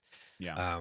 We'll see. Like I've actually never watched a pyro fight for Champion Gunner. I know the ins and outs of the fight with. Actually, no, because Gino parries Champion Gunner. Doesn't he? Yeah. Okay, so yeah, champion is the same as literally every single run. I guess I'm the only one who doesn't do it parry anymore. I'm just gonna parry him. Yeah. Yeah. And I this is understand probably why, though, like, back in the days where couple of times that I've Yeah, I'm gonna fist parry, and it's just way less optimal. But at the time, I did everything fist parry, and it's probably because Squilla did fist parries only. Like he never like used the target shield or the small leather shield or something. But obviously, right now I'd be using the small leather shield for this. Comfortable with the parries, so I understand why you don't. Parry But them. yeah, I'm gonna go and get some damage, and I'm curious what I actually do here. Oh, this was okay. So yeah, obviously, right now I would literally just parry anything I could parry on him. But what I did at the time, what I thought was the most consistent, and it is very consistent, it's very easy to do. But I waited for a very specific thing where he does a double poke, and I parry the follow-up poke. And so I don't parry anything else except for that. And I mean, it's fine, but it's just like right now, obviously, I'd be parrying every attack. And it's not that I didn't know how to parry every attack, but I thought it was like a good idea to only worry about one timing. And that, like maybe that's reasonable, but you know. But yeah, this is what I decided was like the good thing to go for. But obviously, like if I would be parrying everything, he'd be dead by now. Yeah, so I'm sure I'm gonna get it here. Double poke. Oh, I don't get it. But yeah, this is just RNG. I just wait until I get it, dude. Okay, I get it finally. Yeah, I wouldn't really recommend fighting Gundyr like this. Like I would just say just parry everything. Like get comfortable with parrying every attack and just parry every attack because it just makes it so much faster. You don't have to do anything stupid. But yeah, so I roll in and then parry that and I get one hit off. If I was using the small leather shield, I'd be able to get two and then the riposte, so it'd just be better. So this is very suboptimal. Like this is definitely a 2018 fight right here by me. And then with magic, like the magic fight is pretty standard if you don't want to be parrying. Like people still do this now if they're doing magic runs, but it's just you outspace certain attacks and it's pretty straightforward. Yeah, I'm still just waiting for that double poke. Like that's just how I did the fight.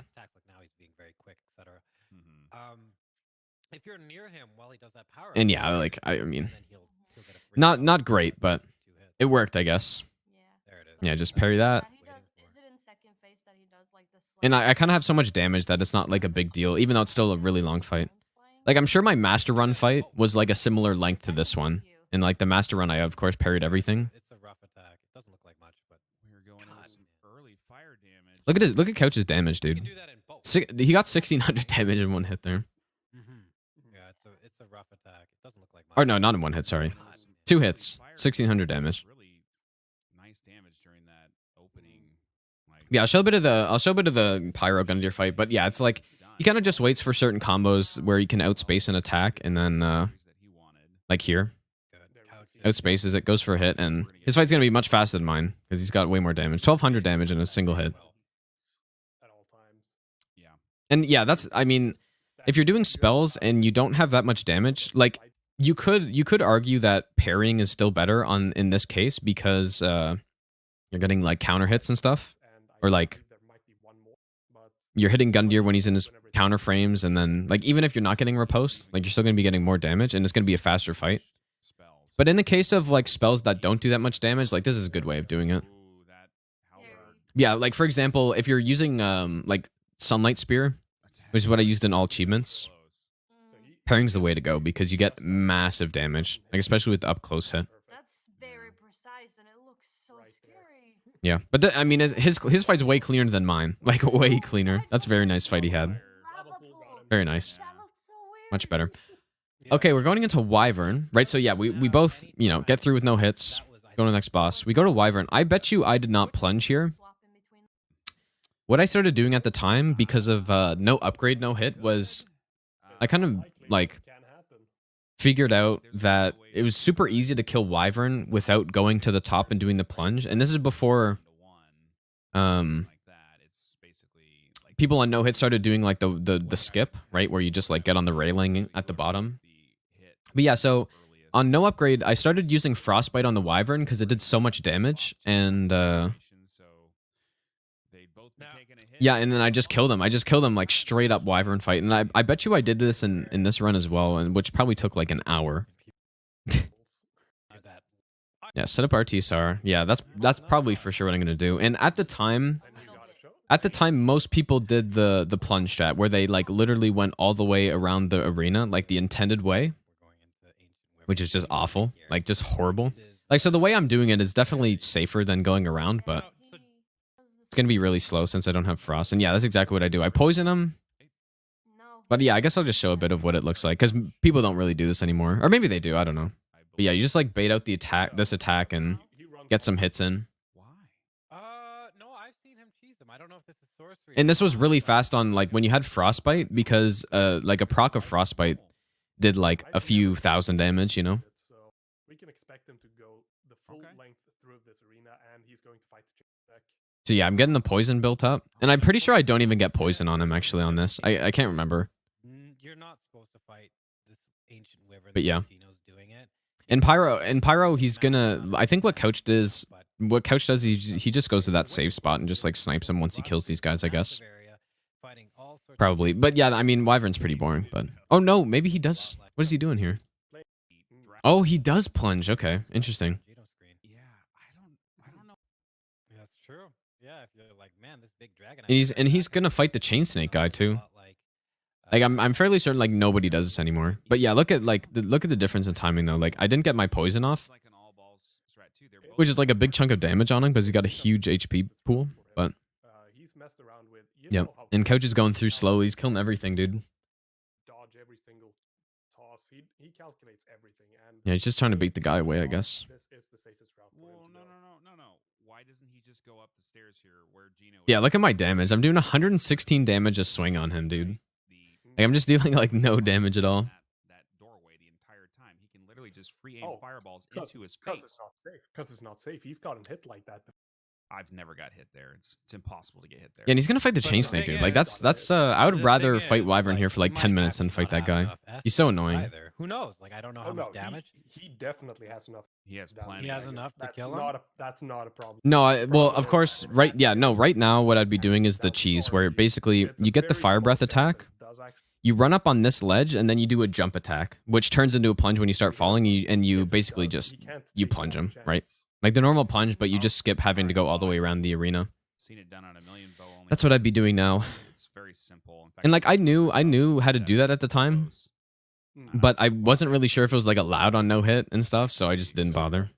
I mean, Obviously it's fine, but in my opinion, he's taking greater risks right now. But if he's but yeah. And Raptor's asking why Couch isn't doing the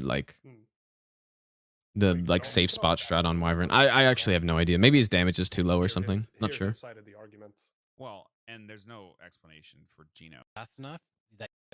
Okay, but yeah, this and then Couch fights the chain. Oh, 2 hits or less. I guess that's the whole chain snake I fight. think that's why he's opting for the I've actually never seen Couch do this before. Like he doesn't like the wyvern cheese. Yeah, that's sketchy. Like this guy has some like really wonky hitboxes, right? Like really bad hitboxes. Now he says like he doesn't like the wyvern cheese. An interesting enemy though. But yeah, I guess he just kills him in 3 hits, and then I'm still fighting him. I guess we're gonna finish at roughly the same time, probably. Like Couch finally killed everybody, and that's actually funny. Yeah, we kill him at like the exact same time almost. To go down. Yeah, people are doing no hit now. I almost guarantee nobody's going all the way around the arena and doing it the intended way. There's just no way. It's way too unsafe, and there's way better ways of doing it. The stairs. Yep. Gino wins. Congratulations, Gino. Congratulations, Donnie. Will bring you a diabetes. Yeah, pass Wyvern.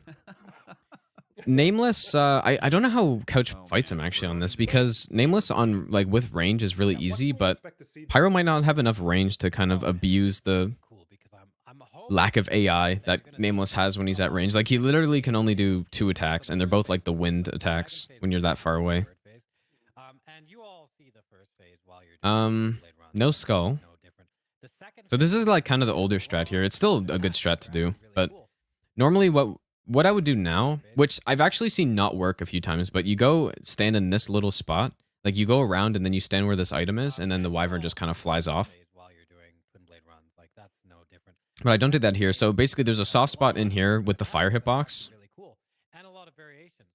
And you just wait it and then have to dodge. And I get a tail swipe too. I bet you at the time I was really like scared of this attack, man. because it's kind of rare and it's like kind of the only thing you have to dodge. But yeah, obviously you have to know the timing because you're not looking at him. So that was a nice dodge right there. Actually, I was probably pretty proud of that. This tournament was in 2018. Yeah, a long time ago.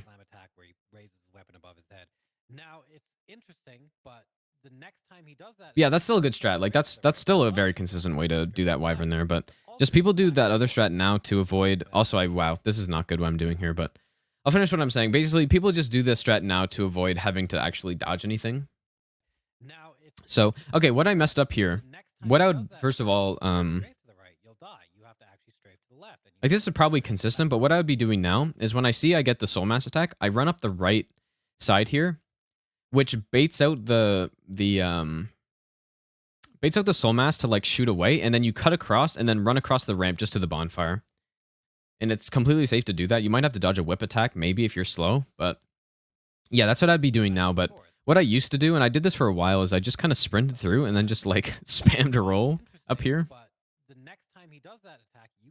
Yeah, I would not be doing that now. But yeah, so basically you run up the right side and then like kind of right when you get to the point where you're just before the snake lady, you just cut across. All the orbs will fire to the side and then you just run underneath them basically. And yeah, you might have to dodge a whip attack or something. But I guess this works. This does work. Like I did it for a long time. But there's a lot of really cool. But just not as good. Basically, it's slower, probably riskier. So hopefully, because Gino's doing soul level 1, we'll get to see some nice stuff. I don't know why I just gestured there. He's like, "Yeah, man, you got it." Probably because I was proud of that tail swipe dodge. Actually, probably. I still don't like the tail swipe. The tail swipe is still tough. But okay, what am I doing now? Oh, I'm setting up Artisar. Fair enough. I didn't see. Yeah, coach is just. I don't know if is he killing stuff? No, I think he's just a bit slower than me killing the boss. Well, actually, what coach did here, like what I prefer to do, and what I think I probably did in this is, when I get to this guy, I run to this outside here. He decides to go through. Probably doesn't make much of a difference, but yeah, that's what I prefer to do. Okay, what is coach gonna do here? He might do. No, he does the same thing, but he just throws a skull instead. Fair enough. Yeah, you can throw a skull if you're worried about the hitbox on the rock lizard guys. Oh, what is this? This is like a weird hybrid strat. Okay, but this is basically what we do now, actually.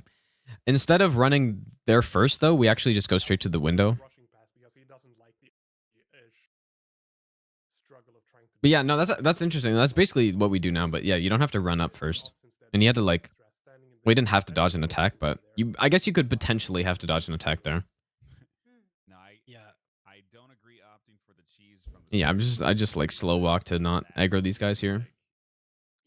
Yeah, I did see that Hob hitbox thing, and I actually kind of got memed there on the master run too, and I somehow didn't get hit. But yeah, I've seen it go wrong before, and I don't know exactly why. I haven't checked enough. It could be due to some timing. Like if you're too slow. The dragon can do something else, but yeah, couch of course just kills him. So that's one of the reasons why like magic and range at first for DS3 no hit runs wasn't allowed to be combined with like melee because people decided to be way too OP. And for that exact reason. But yeah, okay, Nameless. Pretty easy fight, I'd say. Like. Not really too much that can go wrong here. I don't even know if I've ever gotten hit on Nameless King before on an actual run, except for that one tournament that I always talk about. There's one tournament where I got an eat and input in the finals on Nameless King, and I got hit and lost to that. But on that attack, actually, it was on that specific attack, and yeah, just no roll happened in a tournament after going flawless the whole time.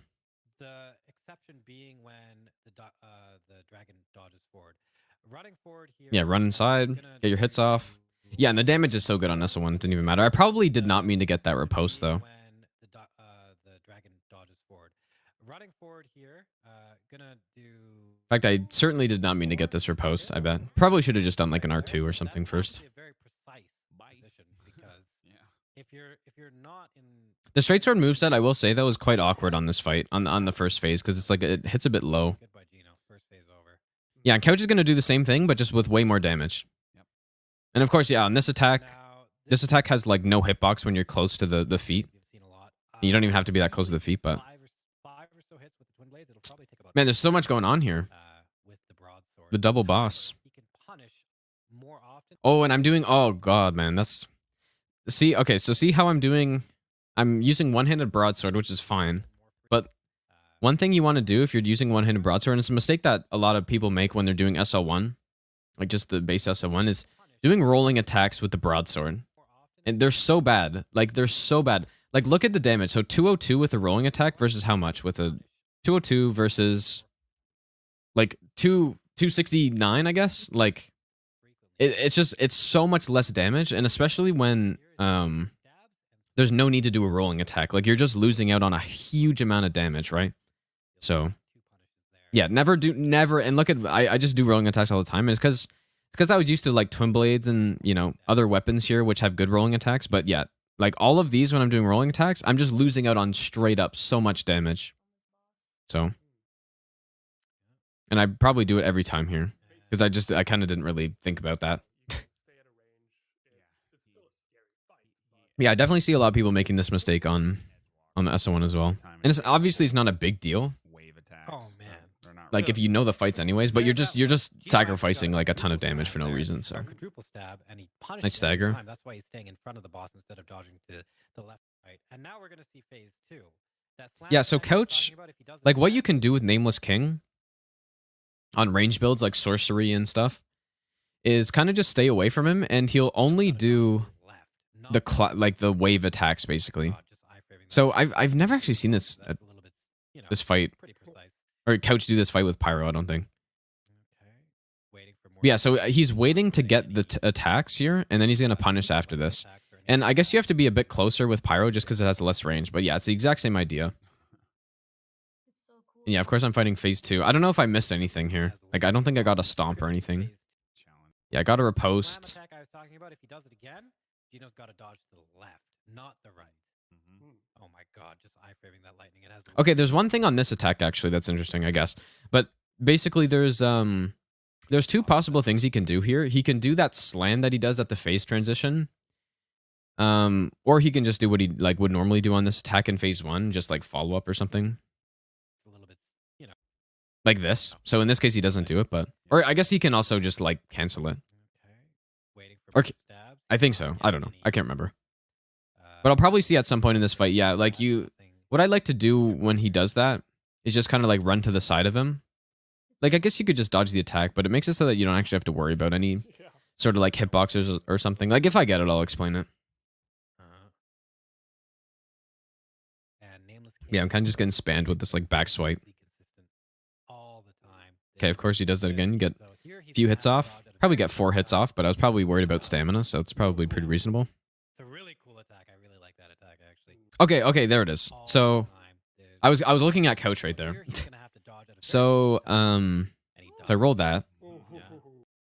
Yeah, so he's doing this charge. What I like to do here, so this is a different way of dodging. It's interesting that we got it at the same time, but yeah, I guess you can just roll the projectiles. But what I like to do on this attack is get beside him here and then roll to the side, and this will make it so that the projectiles, like when you run back in front of Nameless, they'll always just miss to the side. So instead of going to the left, you went to the right and then back in front of him rather than behind him. And yeah, you can just do that. And that's what I like to do, rather than having to like actually iframe the projectiles or something. Yeah, there's also much better ways of fighting him with strafes and stuff. I still kind of don't do that because I just like to keep it simple on Nameless, but yeah, so that's an all bosses base game SL1 run. Like in a tournament, that's not bad at all, especially for 2018, dude. Like that's pretty fucking good. And yeah, at this point, I definitely knew that Couch was not going to get hit. Like I knew for sure he wasn't going to get hit on base game. And I actually said in like my kind of pre-run interview, I guess, that the only way I could beat Couch is if it's in the DLC, which we end up going to. So like I knew that was for sure going to be the case because like the base game with Pyro is so good. Like I said earlier, it's probably the best setup. But it's when you get into the DLC that it starts to be really bad, right? You have like Grave Tender, and I guess it's fine on Grave Tender, but you know, Friede, it's not so much better than everything else in the DLC. Basically, it's still good, but it's not as OP as it is in the base game. That's somebody. When we get into DLC 2, there's that fight where you can get caught by RNG, or you can. Yeah, and fire damage and dark damage are also like not great in the DLC either. So that's true. Okay, this like a lot of this is still gonna be the same. Like I probably throw a bunch of skulls in this part though, which I wouldn't do anymore. Like what I would actually be doing here now, like if I wanted to go fast, I would just sprint through here with no skulls. But what I think what I did on the master run is actually run around wide and then like don't even really mess with any of these wolves. Run around wide and run through the bug part, and just like don't throw skulls, and then there's no chance of really getting chased when you go through there. Which is what I would do now. But yeah, see how I'm like looking back and throwing skulls here? Like, this is not a good way of doing this here. Wow, I got a commercial. I have ad. It's really not. And like, if a wolf chases me, man, like, these wolves are brutal because they have an attack where they can like run past you and then do this like backstep bite, and you can't just like out sprint it. So I'm throwing a bunch of skulls here. Wow, this is ancient, man. I'm getting this bonfire, which there's no point in getting. Like, there's literally no point. But I'm probably just scared of getting chased by wolves, so that's why I got it. That's also what Squilla did, and like when I did all bosses, I just routed my run off of Squillas. Also, this is ancient, dude. Running across the bridge, like I don't know why I'm doing this. Like the most efficient way to do this DLC is to just go down the left side, run through, you know, kill Wilhelm and stuff, run through the next part, and then you get the church bonfire from the other side because you have to go that way anyways. So I don't really know why I'm going this way, but that's just what I did, I guess. Or maybe I wanted to go to Grave Tender first, I guess. I don't know. No, it's good on Friede, but what I'm saying is that, like, Pyro's good in the DLC. But what I'm saying is that the gap between, like, Pyro and, like, Twin Blades, for example, like, I would say Twin Blades are easier in the DLC, whereas Pyro for the base game is much better, you know? That's basically what I'm saying. Yeah, this is a really weird way of doing this DLC. Like I said, the most efficient way, go that way, go kill Wilhelm right away, and then get the church bonfire, and then you come to Grave Tender from the church bonfire, basically. It's just a faster way of doing this. And this is before I did the Tarzan strats on the ladder here on the bridge. And this is the what I'll be doing here is the old way of like running through this part, which is like not a good way of doing it. It's consistent, but it's just way worse than doing it the way I do it now. So like I keep going back too far. What I would do now is I would be using Spook first of all, but you can do this without Spook as well. I would go off that way. You go off that way, you run behind the guy, and you just do a couple drops and you're down. And it's so simple, but what I used to do and what people used to do is go this way, and I'm sure people still do it. And there are some memes that can happen here. Like, you can easily fall off the branches here, and it gets kind of slippery sometimes too. And sometimes you like run off the thing in a weird way, especially if you roll off of a ledge. You can like move to the side, and it's just not a very good way of doing it. I have to throw a skull because there's a guy here, and then I'm gonna have to go kill this guy. And then the guy behind just gonna de-aggro. Like, this is just a horrible way of doing this. He's standing at this very specific position, waiting for. And then yeah, what you would do here is you would wait. You'd wait for all the archers to de-aggro before you go. But yeah, like the current way of doing this, or the way I do it now, is just like so much safer, and it's so much faster. And there's just like, yeah, it's just way better, way more consistent compared to this. Disco with the 1,000 bits for the prize pool. Disco, thank you very much. Yeah, so I guess I you know, waited until I stopped hearing the archers, and then. And also another thing that I'm going to be doing here, I run around this way. You can just roll off the front here. Thank you guys. The prize pool is currently like this, kind of just makes it a bit harder, maybe. High-tech adding machine. That was kind of close too. Yeah, and this is where we start to get into like the fiasco part of the run. So I meant to set up RTSR with that drop. I guess specifically remember trying to set up RTSR, but I hadn't done SL1 for a long time, so I couldn't remember exactly where I had to drop. And I didn't want to lose the run, so I was like going to be really safe with the drop. But he has to set up RTSR. But yeah, I wanted to set up RTSR here.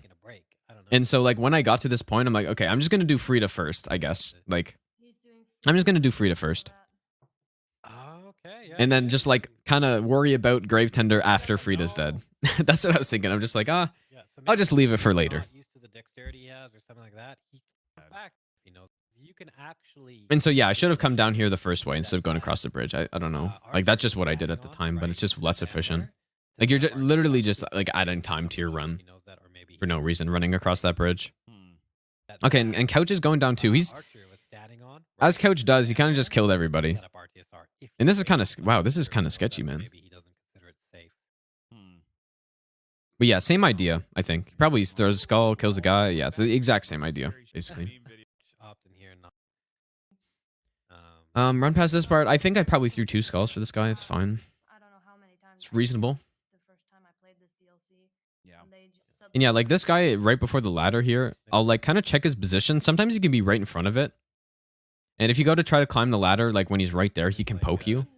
So, like if he was closer, I would have killed him there, probably. But usually he's not close enough to worry about it. No. Come on, man. Oh no. Oh, and I don't even know the spot to jump up, dude. Come on, man. Oh no. Oh no. Okay, Gino missed in the first jump. He's Missed the missing the second jump. This jump. could be bad. What am I doing, dude? Yeah, like the spot, you can just jog up right Come on, man. right here. Or like somewhere around here. You just jog up. And, you know, it's much easier than trying to go to the middle and doing it. He's missing the second jump. This could be bad.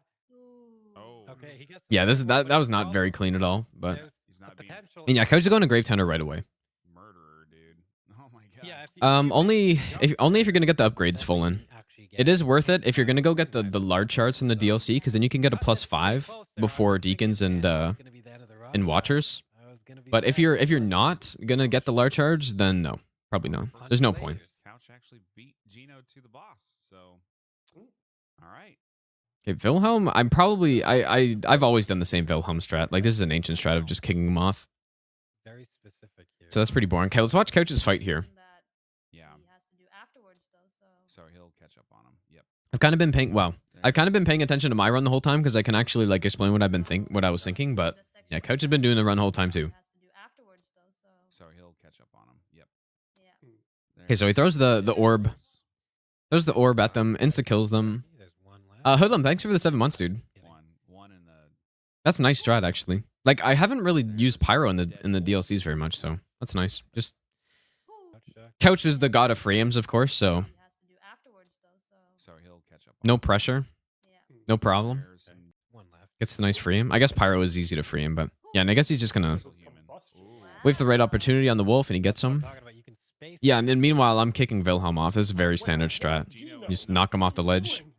The commentators were impressed at this for some reason. Gino is knocking. What are you doing? Wilhelm off. Oh no. Yeah, they'd like to see that, I guess, but he got stuck.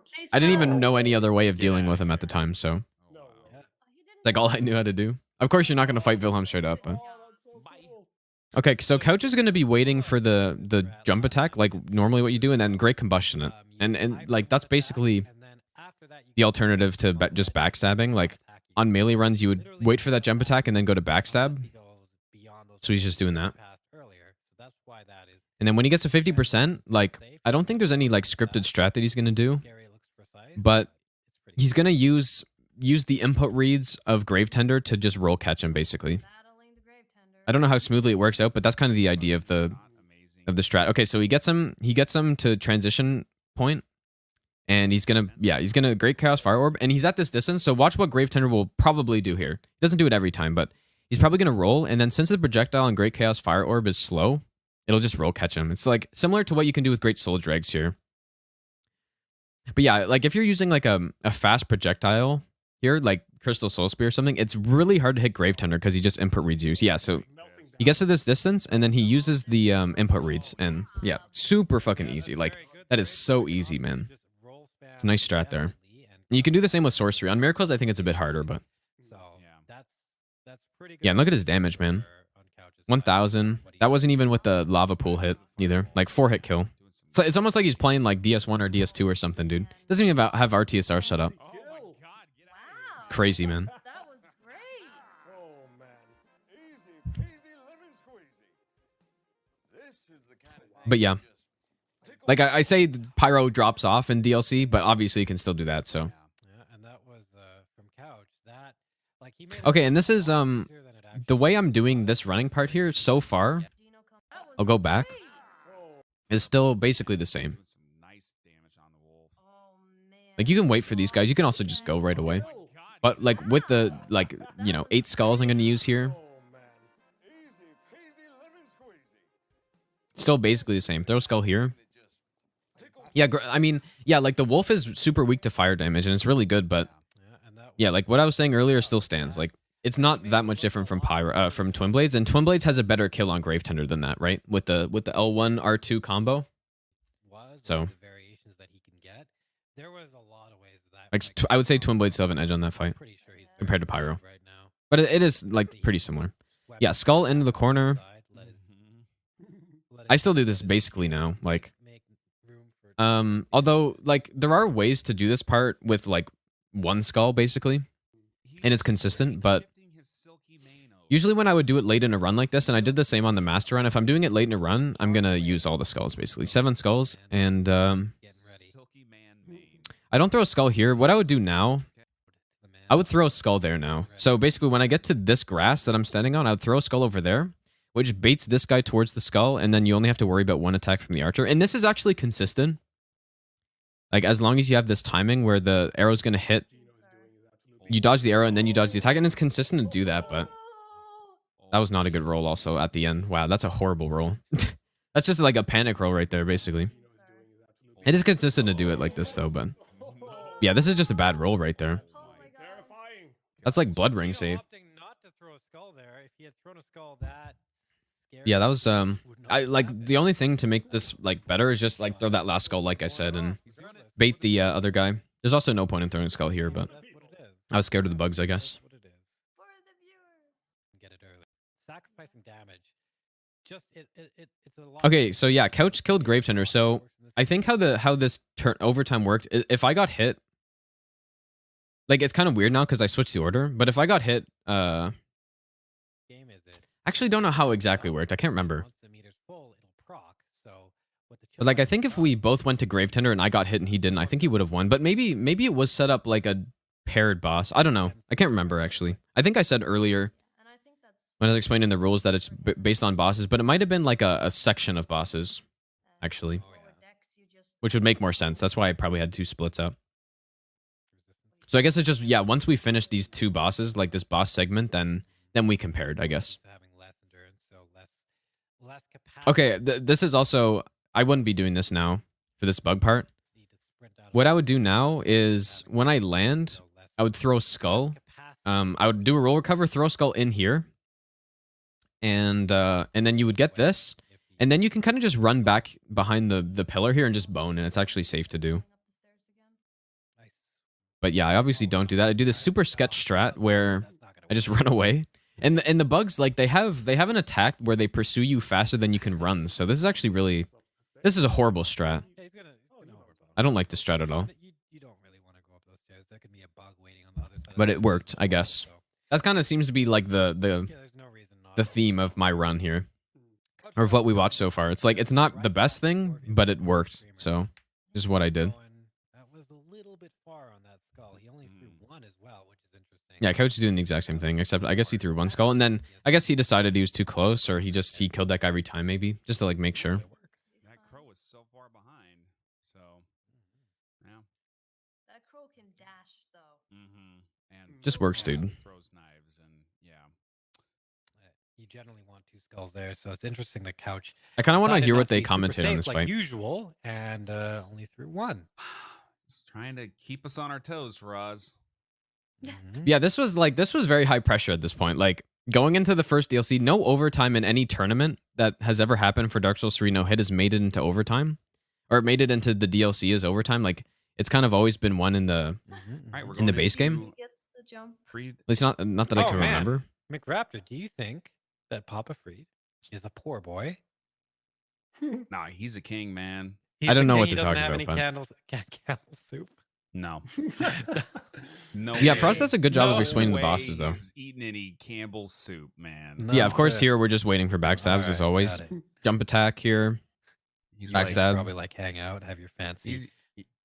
I think at the time when I was at the time when I did SO1, I was probably using a dagger here, like a fire dagger. I think I used that a lot for the extra crit damage. Which at this point, I would probably actually be doing that as well because yeah, like we just tested the dagger route again on SO1 any percent like last stream, right? And it's better than broadsword, so I probably wouldn't be using broadsword at all on SO1 at this point. Broadsword and twin blades. I'd be using the twin blades maybe here. Twin blades or dagger. They're probably both good, but they would both be better than this for sure.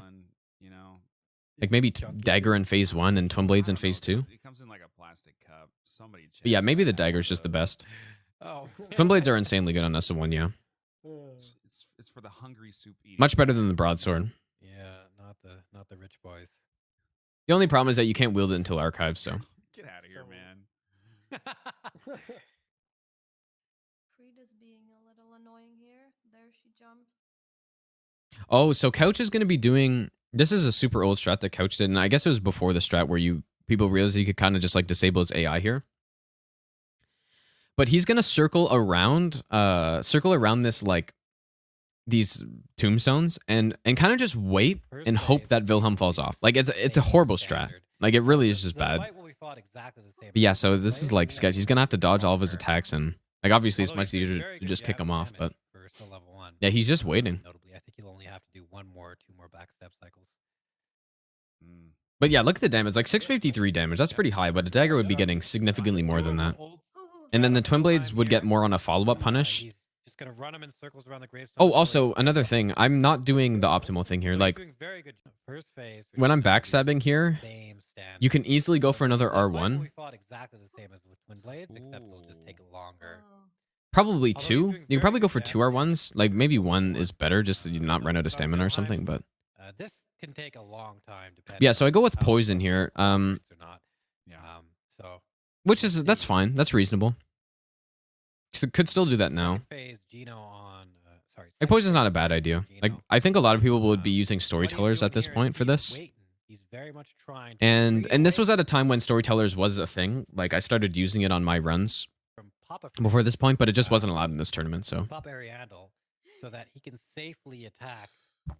Yeah, you just kite him around and kind of just wait for the right opening. Ice trail or just a scythe it. And my damage is pretty high, so like poison is probably unnecessary, but I guess it's nice to have that like passive damage, and he's got a high health pool, so it does a lot of damage. Yeah, I like not backstabbing out of that right there. There we go. Okay. Just because like when you're backstabbing Friede, you run the risk of getting caught by Ariandel's attacks. Like if he's close, and he's kind of close there, so that's why I didn't backstab. Meanwhile, Coach is still circling around.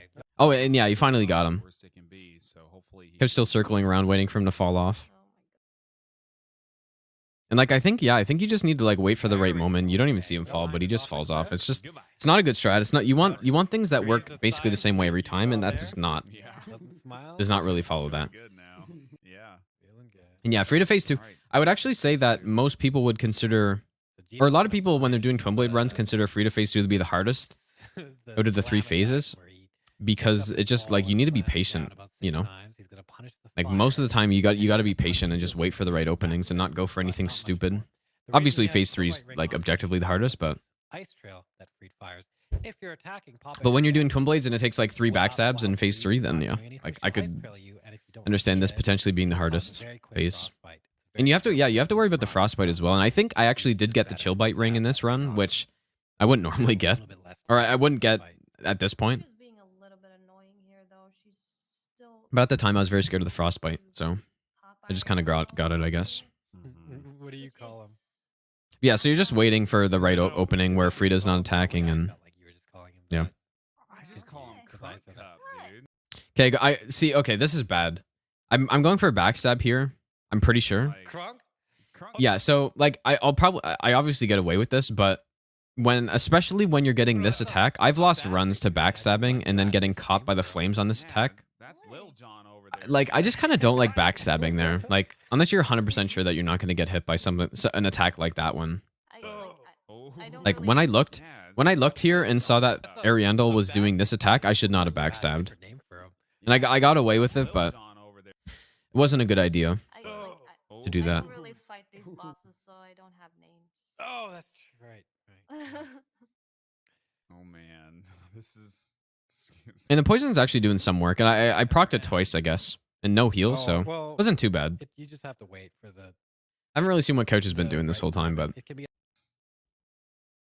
just that shrine, leveling up and stuff, I guess. Very good fight. Okay, and here is the infamous hit coming up, dude. So you can get very So- long fights where they just don't. So, cooperate and you can't take like, a I break. actually really I had a strong opinion of what like Couch did on a lot of his runs, and he like killed a lot of enemies that I just like felt that were not necessary to kill. So he's and throwing fire there. Friede's sticking near him though. So this Like, cause yeah, like whenever I did runs, I'm like, yeah, if you're like dealing with extra enemies that you don't normally have to deal with, like these guys you don't normally have to deal with, right? You just wait and they just walk past. I was like, there's no point in like dealing with them if you normally don't have to deal with them. But look at Couch here. good punish, but Friede's doing literally nothing. She's just waiting. She's guarding him, so he can't do anything. He got hit right there. I don't know how well you guys can see that, She's guarding but him. like I don't even know. Very good. Like, so the guy's charging up his attack, and Literally nothing. She's just waiting. and he gets hit somehow, Can't do like anything some about magic, some Miyazaki spear. You know.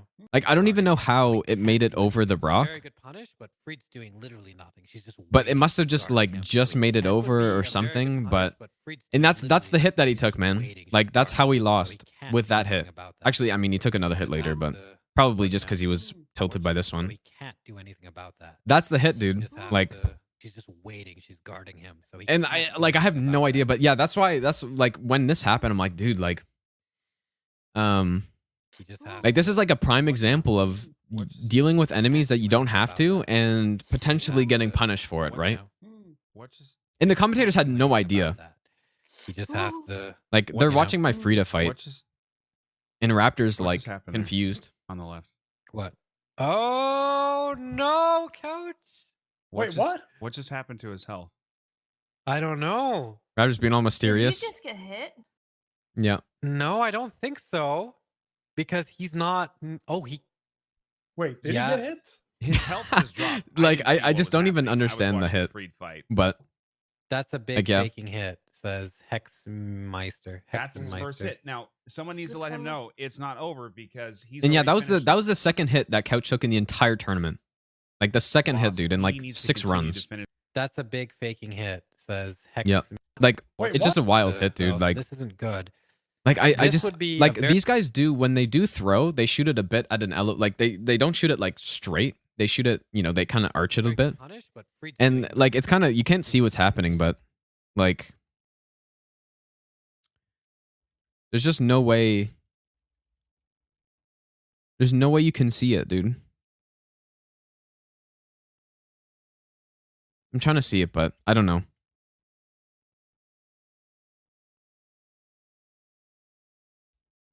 And yeah, he even hits the guy. Like, that's just brutal, man. Let's see if we can see it here. Like, I can't see it. His body's covering it. Like, yeah, I don't know. Like, just super unfortunate, man. Like, like, just crazy.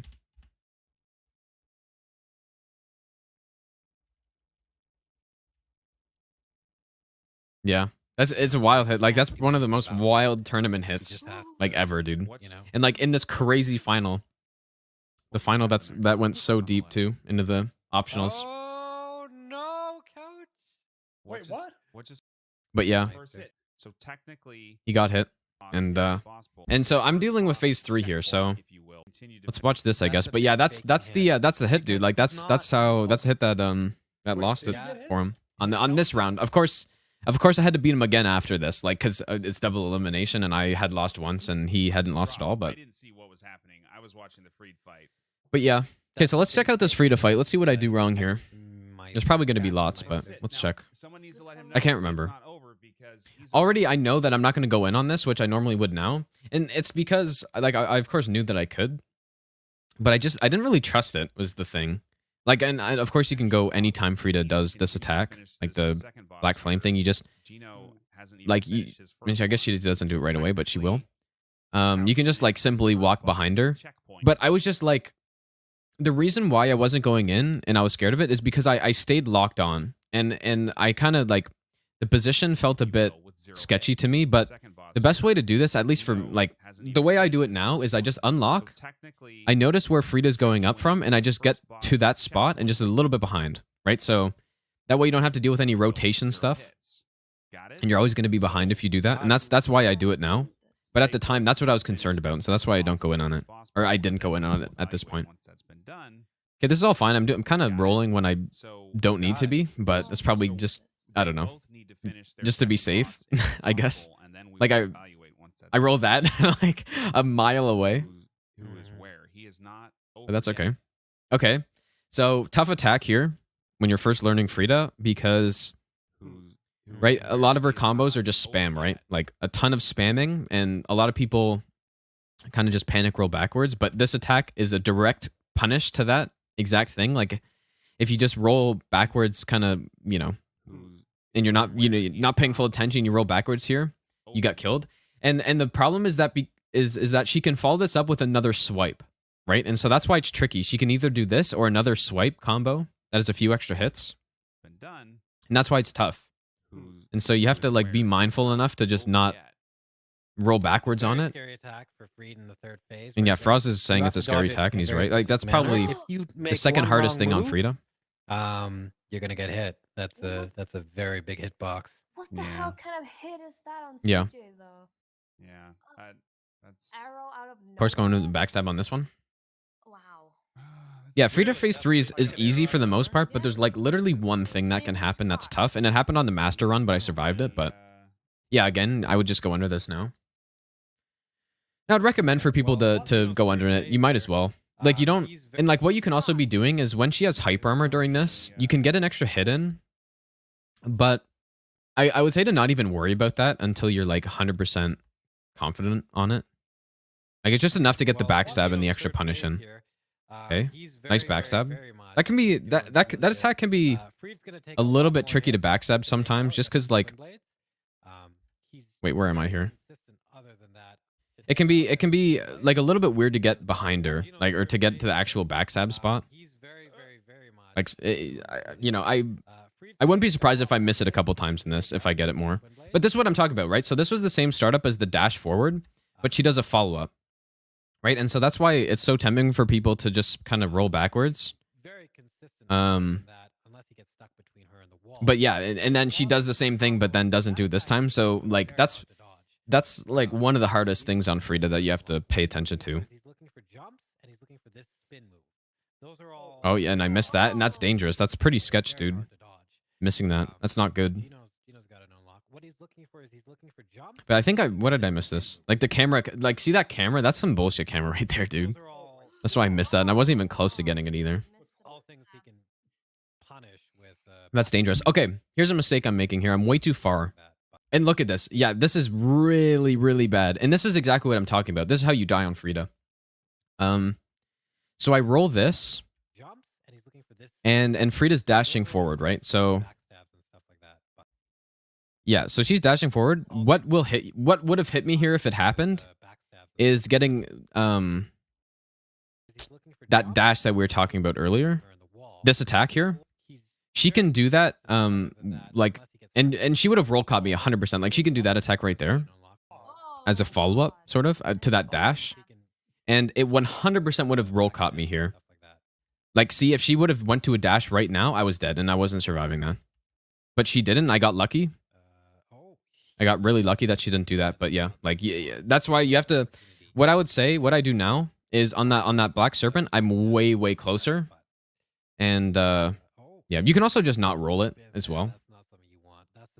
And I'll put you in a better position, but yeah, I would just be closer to that now. And yeah, I did get that exact situation on my master run, but I was in the right position and I survived it. By like a fucking wicked reaction roll, actually, but it's still tough to survive, but you will survive it if you get that situation. Whereas what I did here, I wouldn't have survived if I got it, so. But that's the hardest thing on Friede. Like that dash is the second hardest thing. That was a bit better. Like that dash I was talking about with the ice skater is the second hardest thing, and then that situation that I just had, if I had gotten that other attack, like that's the hardest thing to deal with on Friede, I would say. Like that's why she can be any amount of trouble on a no hit run. But it's kind of rare to get that situation, so. Yeah, at the time I probably wasn't even scared of it because I just never seen it before, so I probably wasn't even scared. I was ignorant. Miss another backstab. And there's no excuse to this one, dude. Perfect camera. I'm way too far to the right here. Like the back. Yeah, it is hard to get a backstab on that. To be fair, like you need lots of experience getting backstabs there. Goes for the 4 or 5 hit combo. Again, he's managing his stamina. You'll see this time. Okay, what did Couch do here? I actually didn't see. Probably doing the skull strat again, but he probably manages this part a bit better. Those are go backwards. Maybe he does the same thing, actually. No, he throws the skull. Yeah, so he uses this little like mound and the drop of the arrow to throw a safe skull there. But oh my god, dude, he almost got hit there again, man. Yeah, no, I would, like what I said earlier about throwing at this wall here and baiting this guy up is much better than this. Because yeah, look, this backswing, like, nearly clips him, and it's probably so close. That's probably so close, man. That's probably really close right there. So, yeah, both bad ways of doing this, I would say. Although his was at least closer to the right idea. Valence, thanks for the 11 months, dude. And I point down Friede like a fuck. This is so cringe, man. That's insanely cringe, but I did it. Yeah, that's not good. Okay, and then yeah, and then at this point, like I didn't get hit on Friede, and I'm like, wow, how am I gonna fight Gravetender? Because like on normal SO1, what I had done was use storytellers and like did what I would do for kind of any longer Gravetender kill and just kind of wait for Gravetender to die. And you'll see Couch does the same shot as me, except he's panic rolling. That's actually the attack I was talking about, where they move faster than you. You see, he starts it from like if he was directly behind, he would have gotten hit there. But yeah, this is why this run was a big deal, I guess, because this overtime and this specific Gravetender fight was crazy. I wish I had the chat, like, so Raptor was streaming this, of course, and I like the chat was like a big, I don't know, there's a big reaction during this fight. Yeah, we'll listen to the commentary on it too, like the actual official commentary. Oh well, maybe. Because yeah, like when I was doing this, like I had no idea what was gonna happen here. Well, I knew it was gonna happen, but I didn't have a strat because, like I said earlier on Friede, like I would normally have the dagger, but the problem was that I wasn't prepared for this run to go into overtime, and I didn't really think of what I would do if it did. And so yeah, normally I have a fire dagger here where I could get like a consistent kill on that glacier, like using a few different like mechanics of this fight. Like basically, I think I probably parried, and then there was a consistent kill in SO1 basically, but I didn't have the right setup here. So I was like, during this whole thing, I was like, dude, how am I gonna kill Gravetender? And this is kind of before I perfected the strat of like fighting the wolf and Gravetender at the same time, but it's kind of like where it all started from, I guess, you know? Yeah, Firebomb to start. I still do this. It gives you a bit of extra time with the wolves, so I still do this for sure. Look here. And this is probably going to be a 2-hit on the wolf, so like literally super easy. It's only when you start to getting some like really low damage where the wolves are annoying and you have to like kite them around for a long time. Like on the master run, I kited them around for like, nice whiff right there. I kited them around for like probably like 6 minutes before I actually killed them all. Yeah, no Hornet Ring, no dagger. Like, I think my plan, like I just equipped the skulls. I think my plan was to like try to input read Gravetender at the start of phase 2, like bait out some backstabs or something, which is not consistent at all. Yeah, so yeah. So like what Couch did there is great combustion. We just backstab and still do that on melee runs. It's the exact same thing. Just have to watch out for that sprint attack actually there. Like that's like the only thing. Like it can be a jump or a sprint attack, and like if you commit to it being a jump, you'll get hit by that sprint attack. So you just have to pay attention, basically. Like this DLC is hard for no hit, man. Like it's pretty hard. A lot of memes, dude. You can of course backstab this, but what you can do is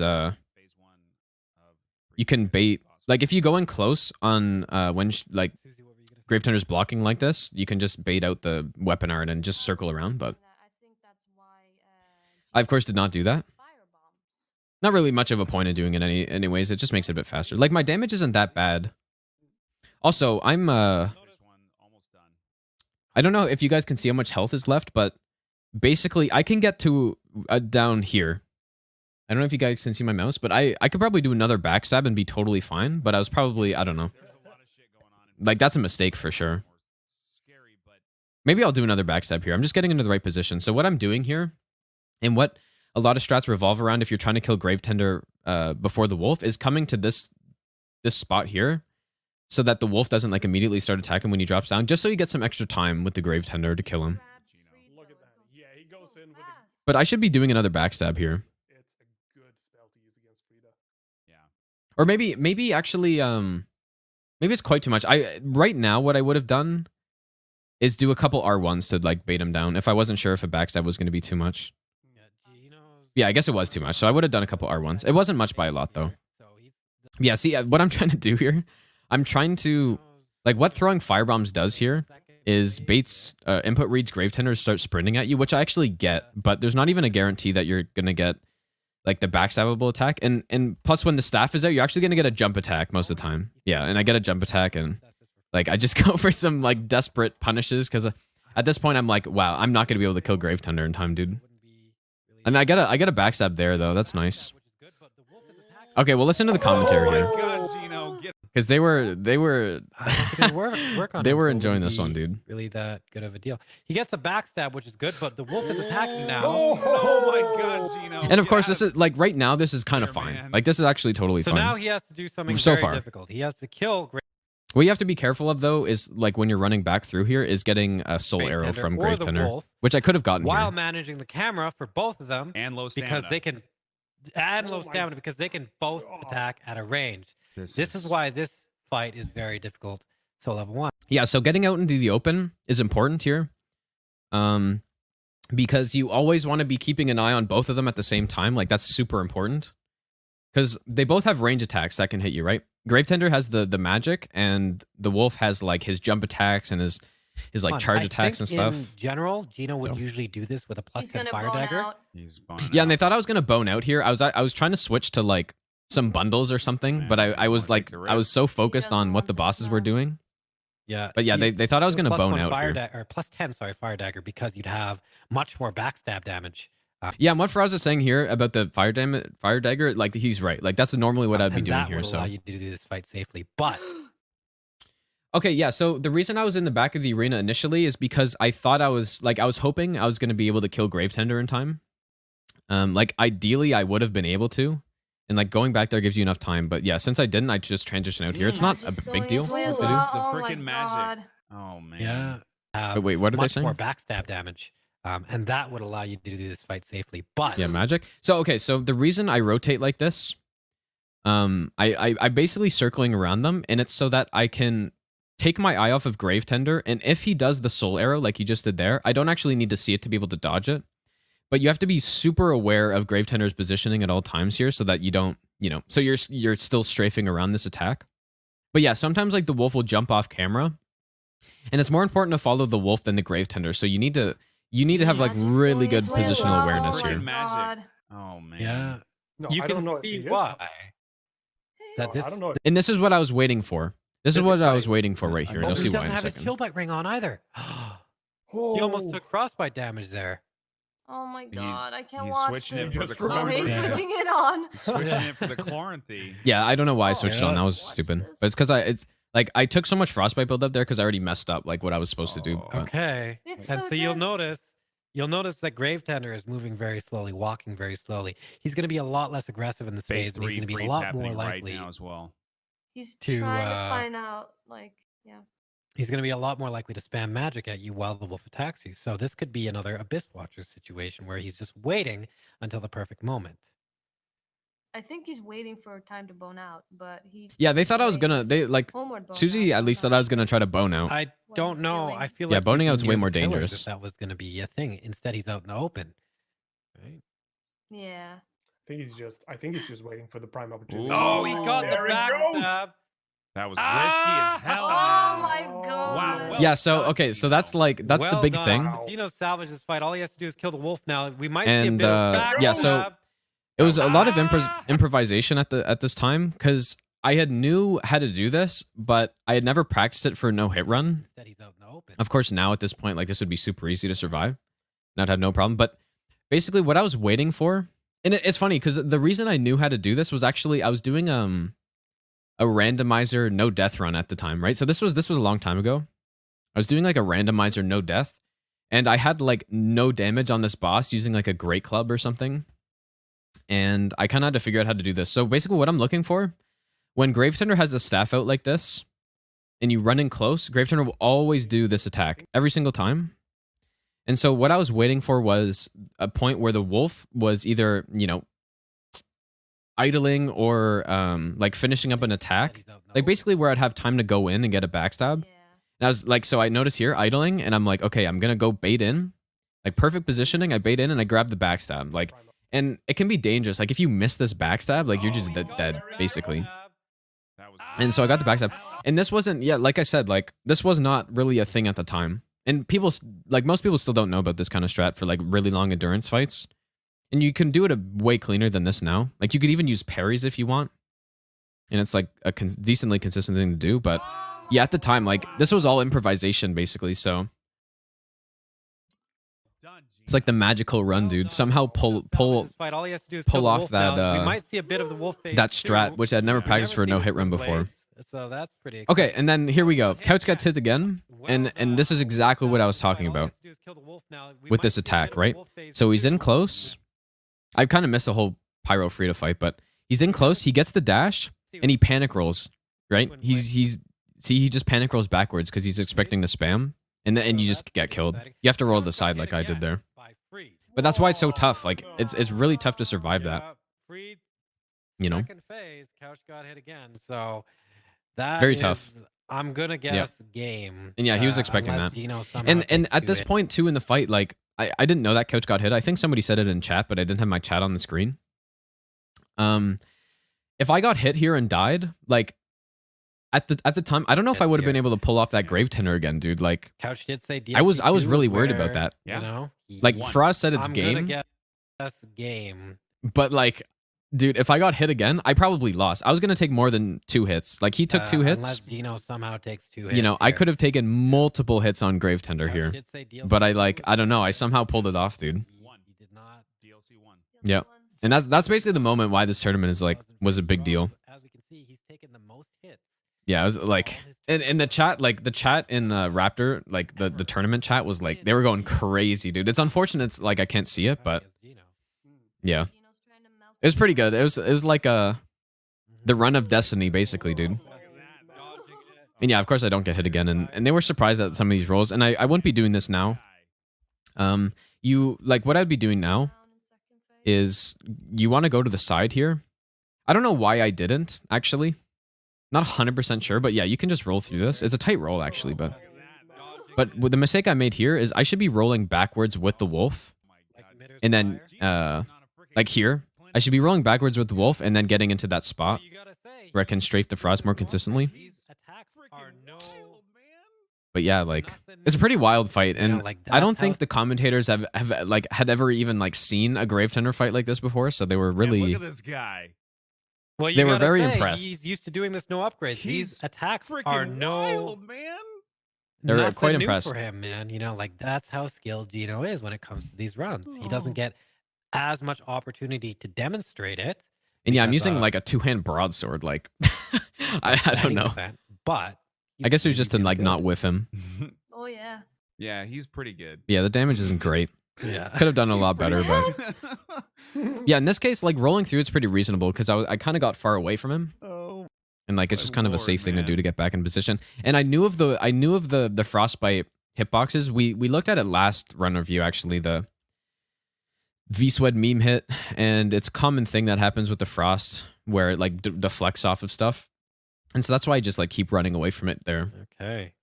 Yeah, that's really cool. It's the exact same animation as Mitter's fire, exact same angle as and the well. double, So. triple. You know, actually, I'm pretty sure I joined the commentary for a second after this. It's gonna be cringy to watch, but I'll watch it. We'll listen to it anyways. Oh, Good some stuff. hitless runners have never seen all the things. Yeah, and so by this point, I already knew I'd won because Couch took hits. Like I knew Couch got hit like right when he when he got his first hit, because I know a lot of runners in tournaments like they don't want to hear updates and stuff, but I always want to know because I think it's just better. But yeah, Oh my god. yeah, that's a nice fight. Like at the time, some dude, hitless runners like have the never improvisation seen and all the stuff, things like getting that backstab was like So tense. God, man. that's crazy, man. All right, Couch coming away with his first loss. in this Yeah, first tournament. loss of the tournament for Couch there too. Yes, And I had to beat him twice, and then I guess the spoiler is that I did Twin Blade run on the next run, and I beat him in any percent. He got hit. He got like some meme hit, but yeah, I think he was just kind of like tired He has because not lost he had been doing this run for like 5 hours in the tournament, a dude. match Like until now. yeah, And you that's can see, that's why I mentioned the speed earlier. You can see God, his Gino. thing. God. You beast. How long was my run actually? You can not lost a match. Oh, and until I was now. in the commentary there too. Yes, it's true. You're right. Yeah, he has not lost a match until now. I can't And see you how can- long my run was. Yes, It's too fast. You're right. Gotta go frame by frame, dude. It's probably like 2:45 or something, which is super slow. Maybe like 2:30. He has not lost. Okay, where is it? Let's see it. Oh, I guess because I was waiting for Couch actually. Okay, a never match mind. until now. I probably just left my And you game can on. see. Entertained. And here I come into the comment. This is gonna be You can cringe, see- but I'll Oh listen my to it anyways, God. just to feel the pain. You know what, guys? Congratulations, Gino. You know, What- on what? that backstab there, I don't know how I did it, man. I don't know how. No Like, I one don't know how you does. did that No either. one does. You prayed I to the saw you Viking going in for gods. that. I was like, oh man, Gino, you ridiculous man. That was, That was- ice cold. All right, So- are we? No, Couch lost. I know, but round two. Round two, Round man. Time for round two.